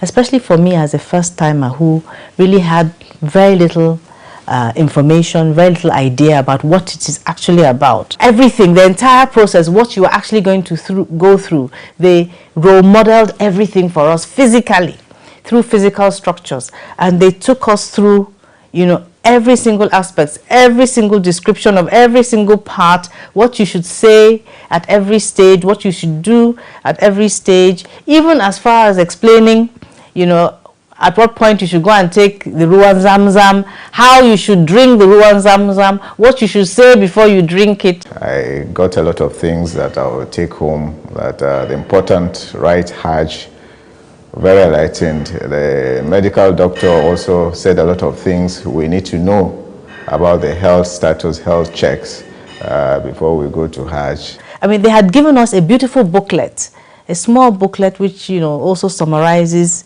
everything, every step of the way. I didn't want to come, but when I came, I've learned a lot. Like this practical training, and even talking about the health. Most of us have health challenges. So talking about the health talk by the doctor, by the medical doctor, honestly, it really helps. Then again, the issue of these drugs here, some people took their drugs, prescribed drugs. Unfortunately, the package of these drugs have caused them a lot of hardship. So coming to this training has really helped us and tell us about so many things we need to know. You know, knowledge is not a waste. Any knowledge at all is not a waste. So this induction training, honestly, I am happy that I'm part of it, and I want to encourage people to be part of this kind of induction training. You know, they went over and beyond to say, you know, how do you prepare yourself physically? So begin to eat more nourishing food. Make sure you take lots of vitamins. If you're not used to physical exercise, start walking, because you're going to be doing a lot of walking, you know, during the pilgrimage and so on, so that you build up your strength. So, you know, there was a preventive aspect which, you know, most travel agencies you don't address. So there was that preventive aspect in terms of preparing you in advance for it. The warmth and comfort experienced during the exercise left a positive impression on the participants. The company's operations are world-class, designed to deliver value-added services which provide pilgrims with a richer experience. Comorel's driving idea will always remain comfort, efficiency, and reliability, designed to reduce anxiety for everyone. I don't have any doubts. I'm going with my wife. It's to show you that it's not something that I'm doubtful to go and experience first and come back and tell my wife that now it's your time to go. The Hajj operator is superb. I'm very confident, and that's why we're going as partners for the Hajj. In terms of tour operators, I would like a tour operator that would take care of logistics, place to stay, everything that has to make your Hajj convenient so that you can concentrate on your ibadah. That is exactly what we want. And that's what Comorel provides. Comorel provides the best places to stay, provide that their logistics is second to none, at least not anyone I've seen. And the staff are attentive to all of your complaints. So I'm quite happy with Comorel. concerning these arrangements. It gives me time to concentrate on my ibadah. Imagine an incredible visit to the Kaaba, the inviolable place of worship, the house of Allah, in a 5-star airline. Hello tomorrow. Received by our highly experienced staffers. To check in to 5-star hotel with full board feeding arrangement within the neighborhood of Prophet Mosques. Knowledgeable, experienced tour guide.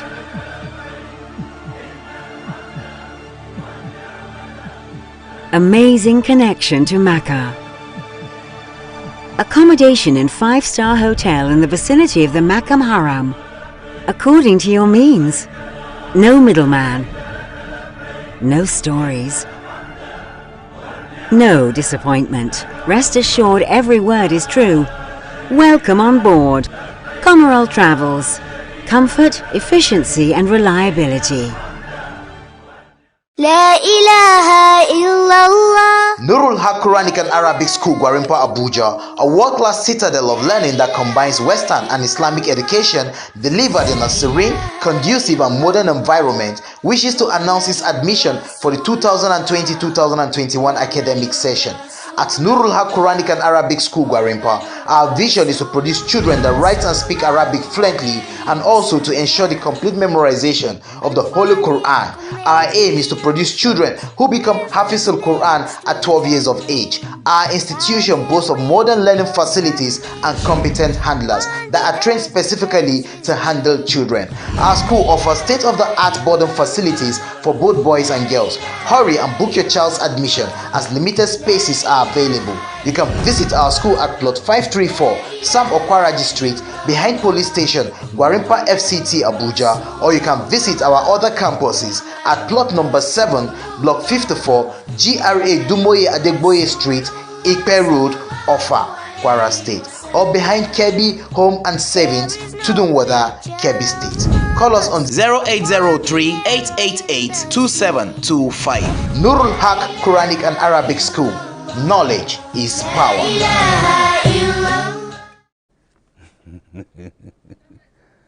Thank you very much for staying tuned. We are still on to the program Sahur Live on NTA. So far, so beautiful. We thank Almighty Allah for the grace of the day. We recited the glorious Quran and Alhamdulillah, we learned the concept of al-barakah in whatever thing we do. Whatever thing you do with faith and good deeds, blessing will follow it. And however great or not so great you are, if you hold on to righteousness, a lot of increase will come to you and you begin to triumph in abundance. That is the concept of al-barakah that we learned from the sheikhs earlier today when the Quran was recited.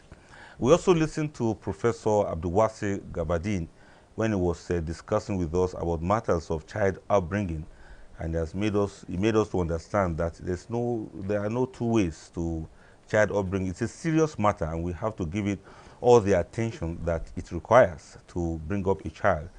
Inshallah, that's going to form part of our matters arising that we shall discuss shortly. And also, we also listened to the exegete, the emir of Tafsir, that's Sheikh Abubakar Siddiq, in his palace, when he discussed with us matters of charity, how to give out, what to give out, and some of the nitty-gritties of charitable deeds that will be accepted by Almighty Allah. And we really thank Allah for giving us that opportunity to learn that from him. And we should try our best as much as we can to give out of what we have for the sake of others who are not as, let me say, buoyant as we are. People have problems once in a while. People run into trouble once in a while. People get broke sometimes. People run into debt sometimes. It is charities and helping one another that can remove us from these tribulations and problems that may hit up our lives. So we should make life easy and cool for others too. The way Allah has been very kind to you, try to be kind to others. We also listened to Pen Abdul when he discussed the ills of social media and how it can unfortunately lead to immorality. spreading of fake news and gory pictures that can spoil people's moods and ruin their hopes. We should eschew all of those. That's the crux of what Pen Abdul discussed with us. Now, coming back to the sheikhs in the house, we have been talking about child upbringing, and I think we still cannot over-discuss it, because something that is trending is something that is happening. And there's this point that was mentioned, that everybody that you see actually came from a family. No matter who, nobody was downloaded. People were actually given birth to by some parents, whether they were responsible or not. So we'll come home to the sheikhs now. Matters of child upbringing. Yesterday you pointed out a lot of factors that will make parents to really go thinking about what they need to do. However, what do you advise some parents who have done all they could do, yet the children decide to go some other ways? Is it because they don't listen to lectures, or because there is too much peer pressure on these children? Sheikh Tajuddin, I want you to begin this discussion with us. Well, my submission here is that where a parent tries all methods, all the ways, all the guidelines of Sharia, all the principles, but still the child refuse to be ideal, refuse to take the instruction given, and that child is not a disciplined child, one should not lose hope. Okay. The parent shouldn't lose hope. They should continue to struggle, to continue to battle with the child on making him to be ideal by using so many ways. Number one, prayers. Okay, prayers.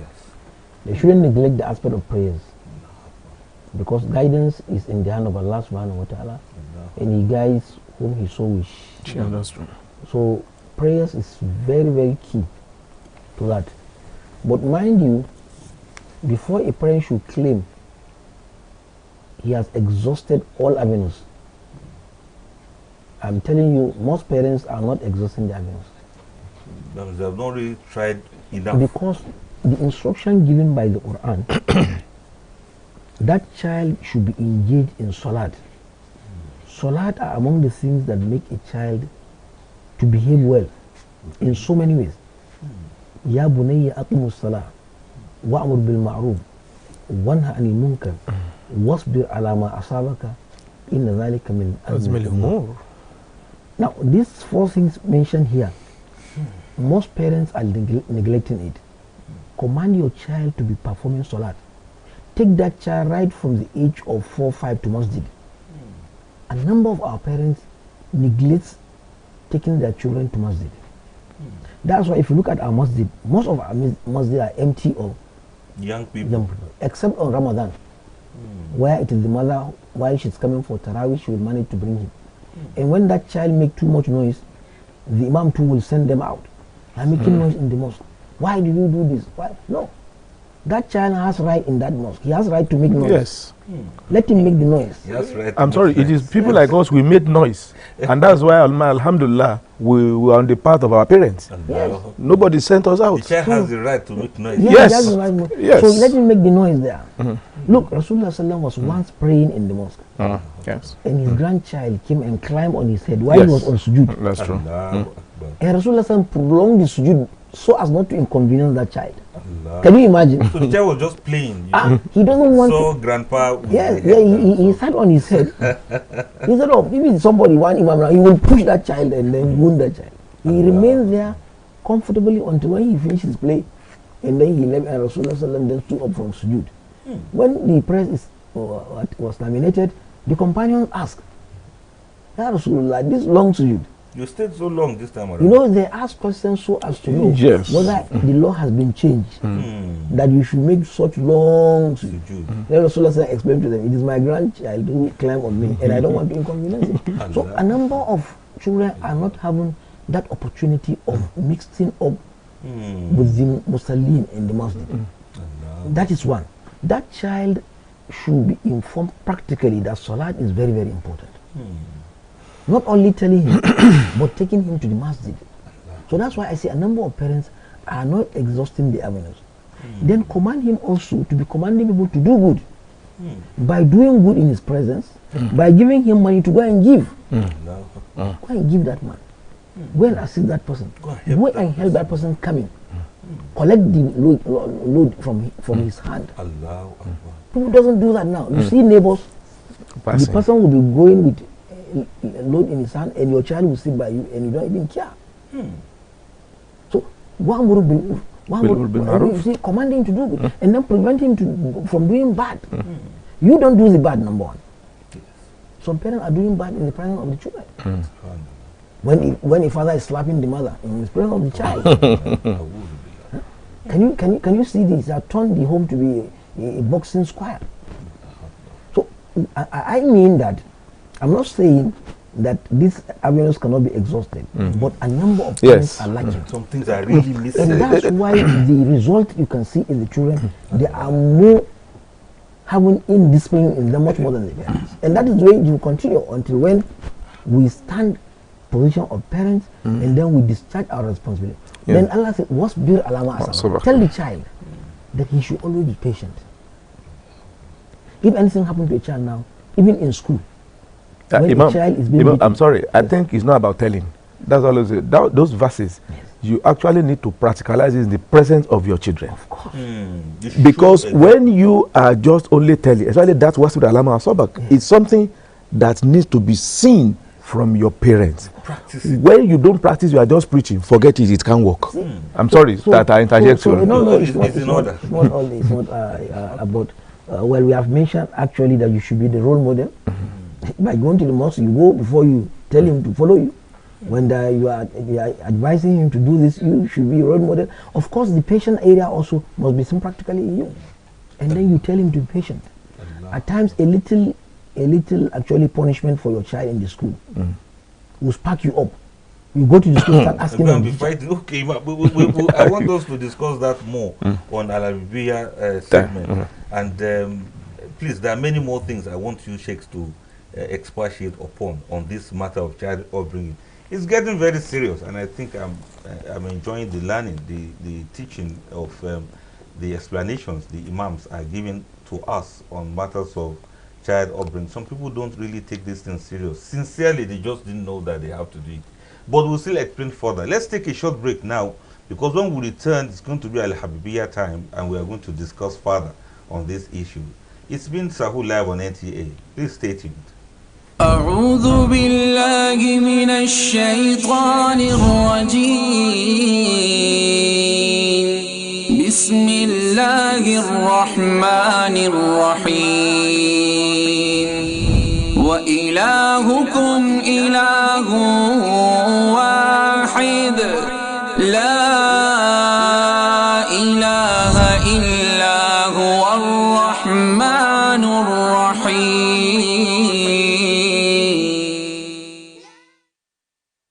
You are most welcome. This has been Sahur Live on NTA, and we are on to the segment we call Al-Habibiyya time. We were talking about child upbringing, and it's part of what Al-Habibiyya has been working on for some time. And we proceed from where we left the discussion about ensuring we have quality children. Let me put it that way. And I will start with you, Imam Fuad. Sheikh mentioned something about discipline and relationship in schools and teachers. It seems then that upbringing is not only for parents. Please, I want you to... No, I think I'll still leave that aspect for him, because it seems as he's passionate about that area. But where I think I want to come in here is, what type of discipline are you giving as a parent? Do you actually understand the type of discipline you need to give you yourself? Are you disciplined in the first instance? Sure. This is where it is coming from. You cannot give what you don't have. It's not, you can't give what you don't have. So many parents, they don't even have discipline. They don't even understand what is called discipline. Talk less of giving it to their children. Because if you understand what is called discipline, how can any sane human being say, oh, his child comes home and say his teacher beats him? You now follow such a child and you go and insult or embarrass the school or the teacher. I want to tell you that one, it doesn't look human to me. I'm sorry. So that's why some parents, they are not even disciplined, because they thought discipline is to destroy your child. It's like when a child is holding a knife as a young child, and is playing it with somebody want to collect, say no, he's just playing, and he uses it to remove his own eye. By the time that child grows up to discover that that's the way he did, he will not forgive all of you that are present in that place. So it means you should learn, you'll be able to understand the difference between discipline and being harsh. Okay, there are two different things. There are two different things. Or you just want to punish, or you just don't be difference between discipline and being wicked. Some people are naturally wicked, they are not given any discipline. Some people are disciplined people, but they are not wicked. So the essence of their discipline is to make sure that you become a better person in life. And I still want to raise something when the man was talking about children having position in the mosque. Based on that, there was even another incident when somebody was coming to collect his letter of accreditation as a governor from the Prophet sallallahu alaihi wasallam, and a child was playing with the Prophet while the Prophet was praying. So that man that was coming, that came for accreditation, beat the child and removed him from the Prophet. When the Prophet finished praying, the Prophet withdrew that letter of accreditation that if you are not merciful to children, you can't be merciful to the people you are going to lead. And because of that, the letter of accreditation was withdrawn from him. There was a year I watched a documentary on children at the American president swearing in ceremony. It was that time I appreciated that hadith more than any other thing. Initially, I always think, because as a parent, you need to be learning every day about home. I thought children disturbs, not until when I watched that documentary. Some children about 2, 3, 4, 5 years, where they are doing swear, the most important event in America. Children has a role that they allow them to be running up and down, to be playing here and there, and a child that was there when they are swearing in, what do you think will be in his brain? He will be taken off to become the president. Yes, we know it's a position. That is so when you allow a child in the mosque to go to all the good places which you are going, even that child does not go to school, he will have the picture of how he follow his father, his mother to the best. He will register in his brain. As he's growing up, that thing will be growing in his brain. By the time you leave, it take over from you naturally. But children that will now leave them at home, most of us now, we are very good Muslim, but we have left our children at home. They are not following us. And that is why some children now, they grow out of Islam. The moment they leave home, they think that they are now free. And like I mentioned yesterday, parents, anybody who wants to become parents should go and read Surah Luqman, chapter 31 of the glorious Quran. Read it and you digest it. He even say, Waqsid fi masjik, waqdud min sautik, in ankara li asawat la sawt la amir. Even the way you talk to others, you don't talk to your husband, to your husband in the presence of your children as if those people are nobody. They are animals. You should learn to make your children respect those boys, those house girls in you. Let them see them uncle, not just name and you say, so that as they are growing with arrogancy, thinking that everybody is subservient to them. A child will see the driver of the family, will say, that's my driver. My driver, and you call him by his name. I remember there is a particular leader in this country that he makes sure that when his driver is coming out, his children collecting that his drivers are holding. He forced his children to do that. This driver, that is his own position, his own job. So he's not a second-rated person. That without him, he will have been in problem. He should be dignified. He should be dignified for that job. So that somebody is even an houseboy, he has chosen to be that. That does not mean he's nobody. He could have gotten another alternative if you want to do something else. It's not that he has to be with you. That is with you has not qualified him to be a second-rated person. And you should allow your children to see, because when you even do that, you are helping the entire humanity, because they will see the entire humanity as something that is honorable. Allahu Akbar. Sheikh, you want to add to that? Yes, actually, discussing child upbringing, it's a very broad, wide topic that the Ummah needs to focus on, and especially when the family system is eroding, is actually not maintaining the pattern of tarbiyah. Imam Fuad has mentioned a number of things that has to do with tarbiyah. And then you see, a child needs to be coached and trained to be humble. Humility. Yes. Any child that is arrogant, that child will never know anything ideal. That's why the emphasis of the surah Malang has mentioned, Surah Luqman, is key.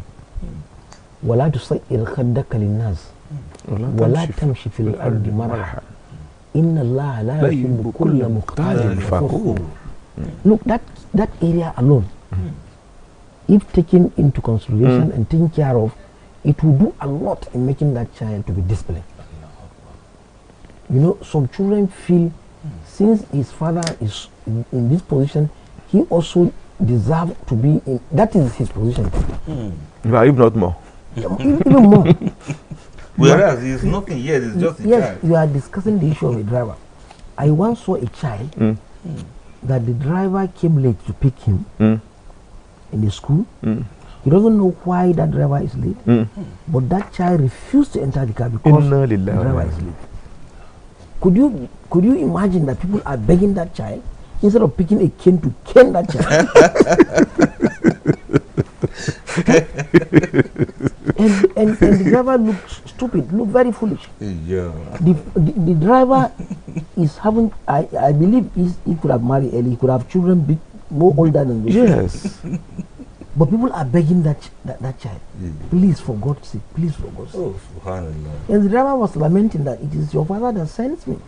So, sends me, I'm very sorry. He is apologizing to the child. Nonsense. Common nonsense. We are the one creating problems to our children. So imagine such a child grows up, what is he going to do? Subhanallah. Throw tantrums everywhere. He will be like Pharaoh, Pharaoh. Subhanallah. Oh, may Allah help us. Thank you very much. We have really learned a lot today. So many things we take for granted without realizing that they actually form what eventually mold a child. May Allah reward you abundantly for this. We've learned so much. I hope we've learned one or two things too, our viewers at home on Alabibia Time. This is the segment we said we should always be part of, you know, amongst other segments we have on the program. So we take a short break now so that when we return, we give appreciation and we will have entered into the quiz segment. So stay tuned. It is Sahur Live on NTA. Assalamu alaikum. بسم الله الرحمن الرحيم. Al-Habibiyya Academy proudly brings you 4-month executive Quranic course for him. Advanced executive Quranic course for him. Arabic for beginners for him. Lecture contact options Mondays to Thursdays 4:30 p.m. to 6:30 p.m. and 7:30 p.m. to 9:30 p.m. Saturdays and Sundays 4 p.m. to 6 p.m. Lecture venue Plot 753 Babagana Kingibe Street, Guzape, Asokoro New Extension, Abuja.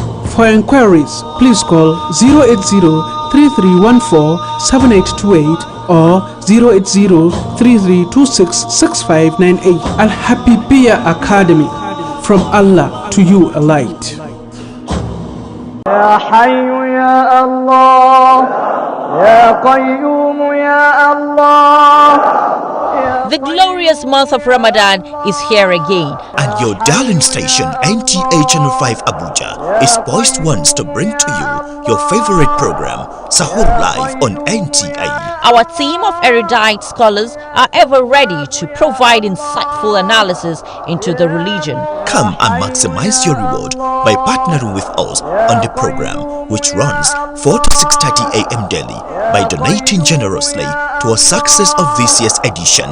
For sponsorship, donation and inquiries, contact the General Manager, NTA Channel 5 Abuja, Old Parade Ground, Area 10, Garki, Abuja. You can also contact the following telephone numbers: 080-9456-8449, 080-3568-8394, or 081-4805-38 May Allah reward you abundantly as you contribute. Sahur Live on NTA, NTA, your indispensable companion in Ramadan.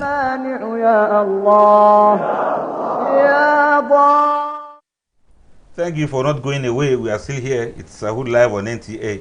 And we are on to this segment where we acknowledge the messages from the online community. And it's quite a number, but we'll just pick some. Please pardon us for want of time. Somebody says, Assalamu alaikum. I always enjoy your program for about 2 years now. Al-Haji Adeyemi, your presenting is marvelous, sir. Now to the Imams, Tajuddin and Imam Fuad, may Allah subhanahu wa ta'ala increase their knowledge and grant you all Al-Janatul Firdaus. Ameen. Ameen. MashaAllah, NTA Sahur from Abu Bakr Adebayo Agbalaya from Lagos Island. And he also says, Warafana Makana Aliyah. Ameen. Okay.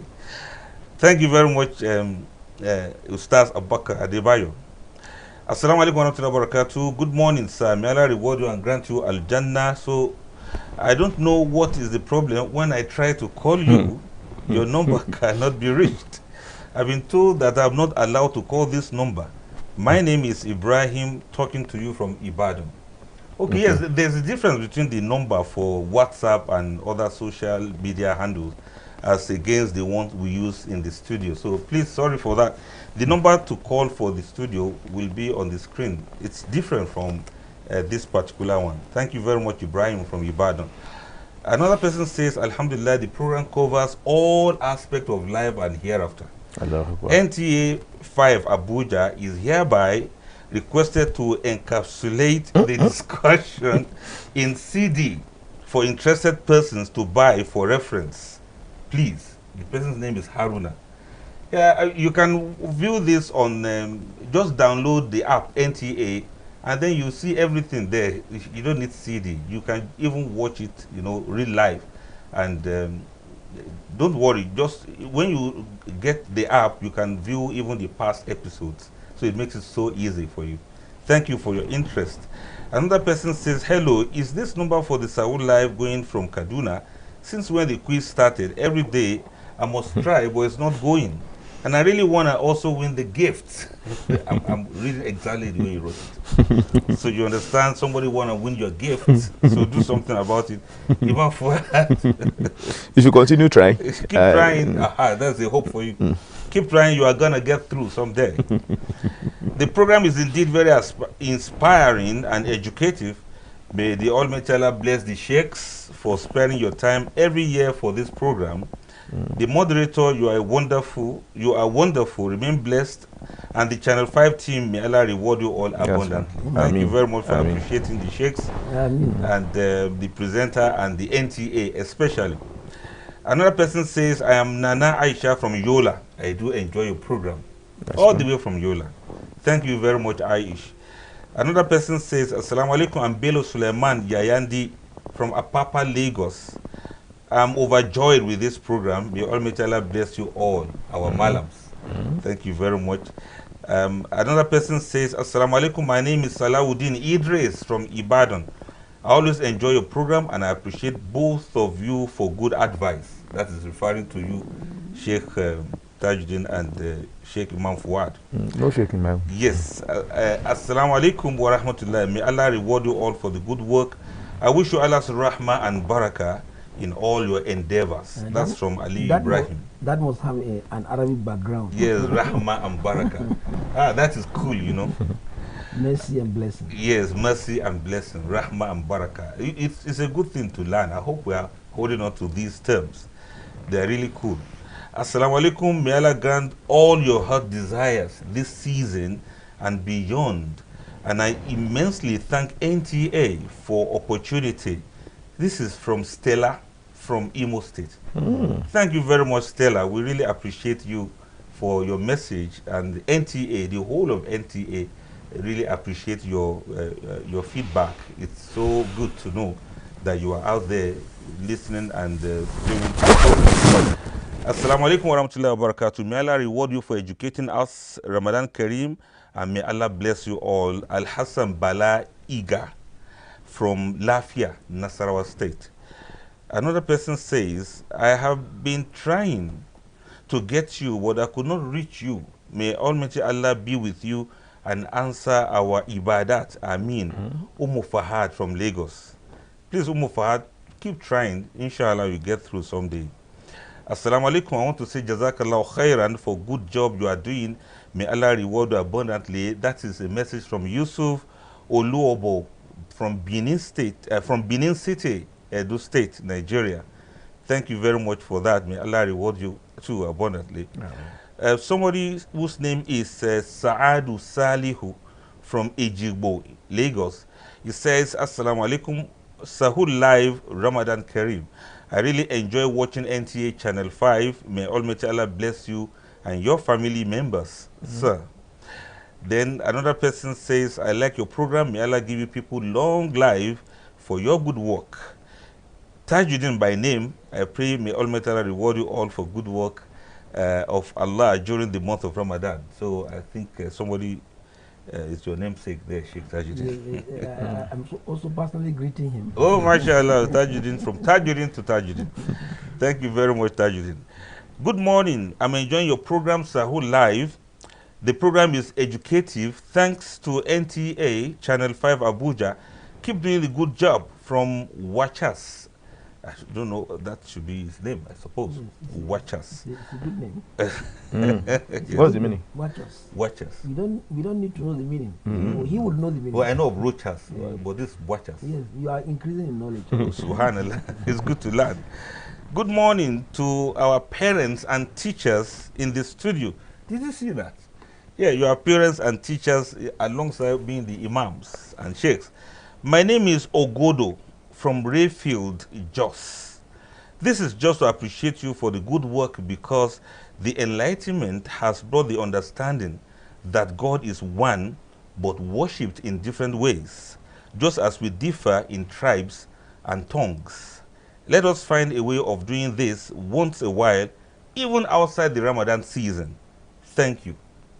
Thank you very much, Ogodo. That's very touching, you know. Very good. Thank you for understanding that. That is the mission of NTA, so that we all do things together. It's the unity station, you know. May Almighty Allah make it easy for us. And Assalamu alaikum wa rahmatullahi wa barakatuh. I am Rahmat Oiza from Kubwa, Abuja.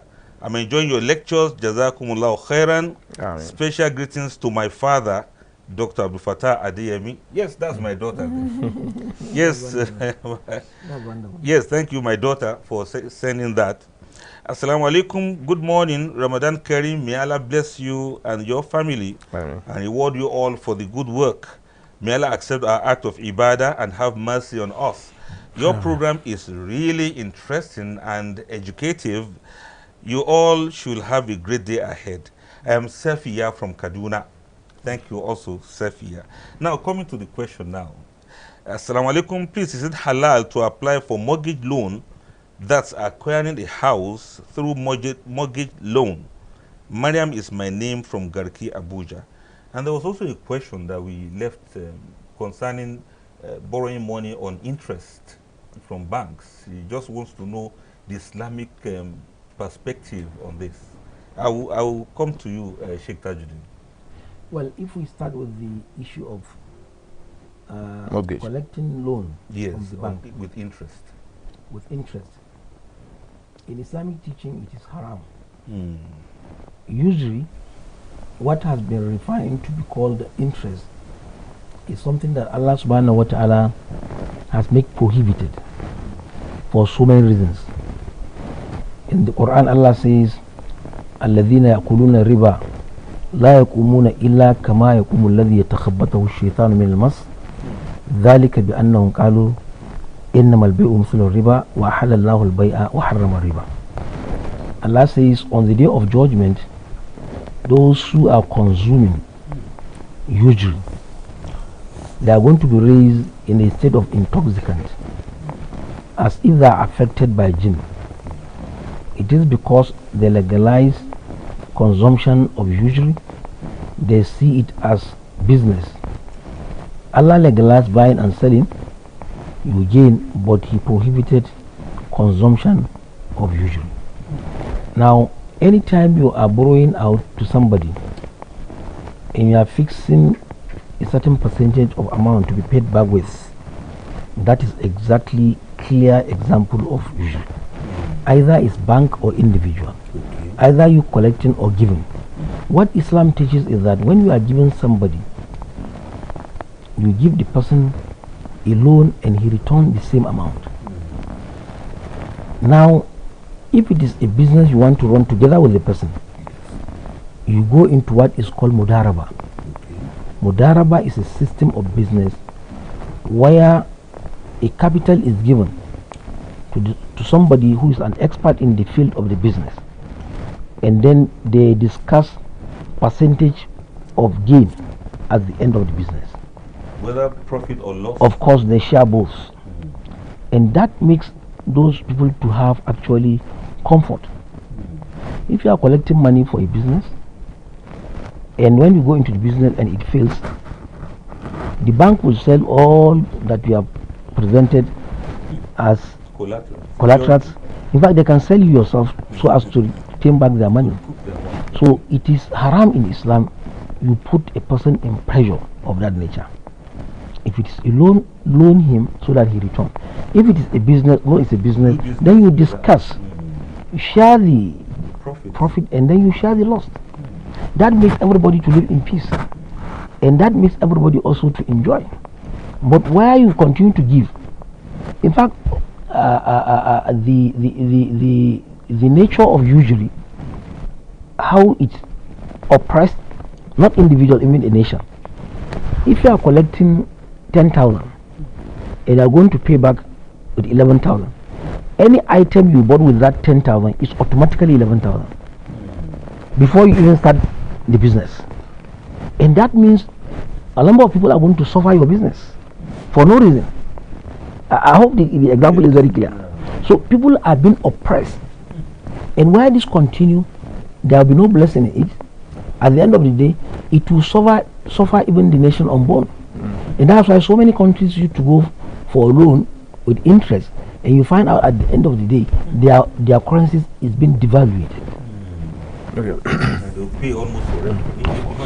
Yeah, well, let me quickly give a clearer picture of what Imam said. Let's say you borrow 100,000 naira now, and you have fixed it that you will be paying the interest of 10,000 naira when you are returning this money. Now, if it is the conventional one where you borrow money, definitely, if at the end of the day you use that 100,000 naira you borrow, at the end of the day, all what you got is 80,000 naira. No, you don't gain anything. So at the end of the day, when you want to pay, you are still going to pay 110,000 naira. But if you follow the Islamic injunction, if you all agree that it is 50-50, that the specialist in doing the business will take 50% and the giver of the capital will take 50%. When you are, let's say you run at loss and all what you got is 80,000 naira. So when you are what are you going to return now is 90,000 naira, because the 50,000 naira, the 10,000 naira, you are going 50-50. So and you have made a loss of 20,000. So when you are returning your money now, you are going to return 80,000, and the owner too is going to also forfeit 10,000 naira, because that is you don't net it. So but in case you make, let's say 50,000 naira extra, so at the end of the day, instead of 100,000, you get 150,000 naira. So when you are returning the money, you know you are returning 125,000 naira, and the owner who owns the one who work owns 25,000 naira. I just want to make it in a very so that we and you see that analysis make progress in business. It makes both parties to work towards success. Yes. Not somebody looking for it. They earn what they work. Of course, they do it together, because they know if there is loss. Let's assume now if you give somebody a vehicle to run for you, and you know he knows that where there is gain, you are dividing it together. Where there is loss, then both parties will work towards success. Not somebody just relaxing waiting for whether you succeed or you don't succeed. It's what is business. So many family houses have gone in collateral. That's why in Islam, usury is more dangerous than standing armies in the battlefield killing. That carry Because guns. the armies in the battlefield killing, they will kill 1, 2, 3. what they can see. But usually it's killing a nation unborn. The nation unborn will inherit the consequence. And any nation going into borrowing too, you find out that the children unborn are going to pay what has been consumed. So it's haram. And Islam condemn it. Yes, we should keep away from it as much as possible. And then we I should. hope there are alternatives. There are Islamic banks. Yes, those who are rich should start to give people loan, soft loan. Yes. And especially those who are looking for loan, they are the weak ones. Why now Make life adding difficult. things No, upon him too? if you look at even the so-called developed countries now, they are reducing their interest loan to almost the Islamic value. So if there is a crisis in any country, the first thing they do is that they reduce the interest rate. Like that, some country it is just 1%, 0.1%, and in our country I think it's about 15%. That hardly is there any business that somebody can run on that interest that he will succeed. Especially nowadays. When things are complicated. Hardly. So, and that is why the Almighty Allah prohibits it with in direct term. Thank you very much for that. With regards to the other question, we'll take it tomorrow, inshallah, when we have sufficient time. Meanwhile, we quickly appreciate all of those who have donated to the program. And I want to appreciate Sheikh Abubakar Siddiq and his family for clothing one of us here. And Alhamdulillah, you can see so many Babariga in the house today. And courtesy of Sheikh Abubakar Siddiq, who has graciously you can see what I mean. Look at that picture on the screen. Wonderful and beautiful. Yes, it's beautiful. More than one. Thank you very much, Sheikh Abubakar Siddiq, for that. You remember Sheikh Abubakar Siddiq, the emir of the city. Yes. Now you have to take a look at those Agbada is Babariga. That is really selling Nigeria. We dress in Nigeria. It's proudly Nigeria. Proudly Nigeria. Yes, we are very good at that, and we like it that he has made the whole world to see how dressy we get to in Nigeria. We know fashion, we know what to wear, and we know how to do things. So the program has added one more thing then. It's not only to educate and enlighten us, it's also to sell our culture to the outside world for people to see how well dressed Nigerians are. On some other programs on NTA, you'll get to see a lot more of this greatness of Nigerian culture. So I want you to stay tuned to NTA at all times. You get to learn a lot. We are all doing this together, regardless of your religion and regardless of the region of Nigeria you stay. We are all one big great nation of people who are very good at what they do and who are really blessed by Almighty Allah. And we pray Allah should assist us to surmount all of our challenges and trials. And when this storm is over, you get to see that Nigeria is truly a great nation. Thank you very much for all the sponsors of the program. We are still hoping for more. And let me quickly say this on behalf of Imam Fuad, that the gifts are depleting, and we should not forget to donate some more in that regard, so that we win a lot more from Imam Fuad as he gives us those questions. Thank you so very much for that, Imam. Thank you. There is only a condition now. If by next tomorrow we don't have more, we might stop questions. So those who are eager to win, they might not. No, it will not stop. People will bring. No. I say it's conditional. It's conditional. I'm not saying that conditional will be out. It will be, people will bring. Inshallah. I trust even the Muslims. Even Nigerians naturally we love giving, and I know that will also help. Without wasting our time, pick question number 1 to 7, and don't forget to know more about your area. All right, 1 to 7. Who is our customer for today? Hello, assalamu alaikum. Welcome. This is Sahur Live. You have found us. What's your name and location? My name is Abdurazak Rukayat. Yes, from Oyo State. From Oyo State. Where in Oyo? Yes, at Okiogun. Eh? Say it again, slow motion. Where in Okiogun? Okiogun is saying. Oh, okay. Do you say Ishayin? Yes. Okay. Okay. Do you used to watch Sahur? Are you watching us now? Yes. Rukayat. Please, I'm coming. When have you been watching Sahur? Since when? Since when have you been watching this program? Wait Okay. now. Just listen to me. Don't talk when I'm talking. Since when have you been watching Sahur live on NTA Abuja?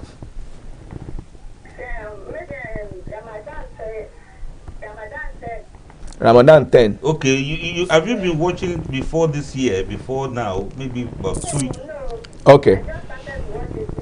Okay. You won't know the question. I will have asked you that there is a malam from Ishenye on Sahur Live. I will have asked whether you know his name. Since you don't know, so I won't give you that question. Alright, so what question are you picking now? 1 to 7. Oh, Number 3. You know Quran is divided into 30 and it's also subdivided into 60. What are these names? Quran is divided into 30. It has one name, they call it. And Quran is also divided into 60. It has one name, they call it. Yes. Okay. Yes. Oh, you picked the question. Hold on. What are the divisions of the Quran? Quran has a lot of divisions. Mention any divisions of the Quran that you know. Quran is a big book. No, you see, that question remains. Okay, that question It's too technical for her. Let her mention the surahs of the Quran. How many surahs are there in the Okay, Quran? how many chapters are there in the Quran? Yes. How many chapters? One. Yeah, that's absolutely correct. that's So part of she has gotten That is one division of the Quran. Yes, no, so she has gotten that. Let's leave it like that. That's a gift for I you. mean, she should be given a number of things. Do you have a bank account? You use your brother account. Are you sure he's going to give you what is there? No corruption there. No, our brother is a very good man. Am I correct? So send your account number. Her brother's account. Okay, her brother. And write your number under it. We will send you 3,000 naira. Allahu Akbar. Thank you very much, Rukayat. You have tried. You have tried. All right, all the best. Please study what Sheikh just asked you now. It's very important. Yes. You see, a number of people will not know the division Imam has mentioned, but those who are students of Quran, they're supposed to know this because it's a simple knowledge. In Ulumul Quran. Yes, you use it even to study the Quran. You use it to read the Quran. So it can plan your time based on those divisions. But what people know mostly is the chapters. They know the number. They know the other one. It's only the name. All right, see, we have somebody on the line. Hello, good morning. Good morning. Please, what's your name and location? My name is Abrazak Yaya. I'm calling from Lagos. Where in Lagos? Lekki. Lekki. All right, go ahead, pick your question from Imam. Number 1. Every day, we used to call Adhan to pray. Are you listening? Yes, sir. Come again. Do you know what is called Adhan? Azan. Yes. Okay, let me explain to you if you don't know. If you want to pray, they will call to prayer. So do you now understand what I mean by Adhan now? Hello, Abrazak. Hello, I can hear you. We can hear you. I don't know why you can't. He's from Lekki, mark you. Lekki is very far from this place. Mola Brazak. Can you simplify it for him? He seems to be Mola Brazak. Putin. Hello? Is he there? I think. Yes. Okay. Okay, what is different between Adhan and the Kama?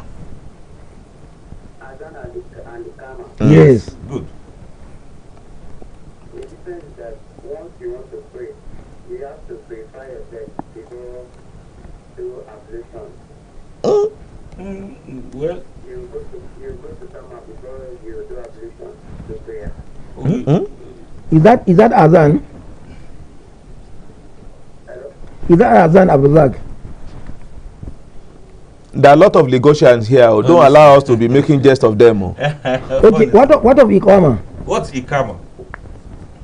Ikama. Yes.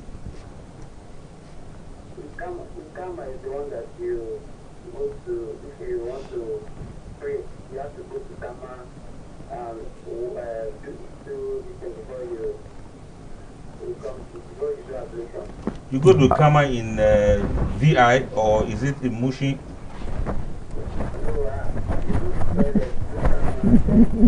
Okay, Kama Rua. Maybe that's what he's talking about. No, it's not that. He doesn't know Usada. He's a Yoruba.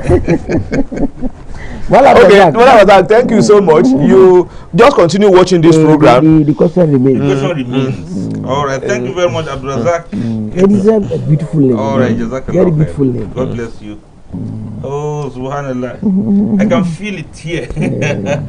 But very courageous too. And, but he didn't really get the gist. Let's pick one more before we wrap it up. Hello, assalamu alaikum. Welcome, Ustaz. Please, what's your name and where are you calling from? Yes, Sheikh Nuruddin Murtada from Abuja. All right, go ahead, pick your question quickly. Number one. Go ahead. Since you are in Abuja, the head of National Mosque in Abuja now bears a different name that is not referred to as Imam. What do they call the head of National Mosque in Abuja? Do you get me? Hello? Ustaz Murtala. Hey, you should answer now. That is not his title. He's talking about National Mosque in Abuja. The head of the National Mosque in Abuja, they call him a particular name, a particular title. Oh, but you know, you forgot or you don't know? No, maybe he knows. He can't. Yes, he forgot. Yes. National Mosque. The head. But do you know his name? Someone who don't know the title. No, it's Murshid. Thank you. You remember now? Yes, you remember. I told you the answer. All right, thank you very much, Murshid. All right, thank you. That's about the size of our program for this morning. We thank you so much for being part of it from all over the world. May Allah bless you. Keep praying for our great nation, Nigeria. We shall continue to move from grace to graciousness. Inshallah. All right, do have a beautiful day ahead. May Allah bless you. Thank you, our sheikhs. And it has been Sahur Live on NTA. Assalamu alaikum wa rahmatullahi wa barakatuh. Wa alaikum salam.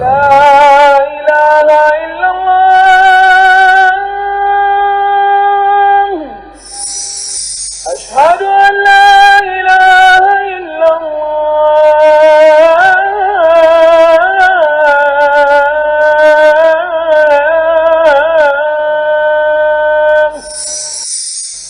أشهد أن محمدا رسول الله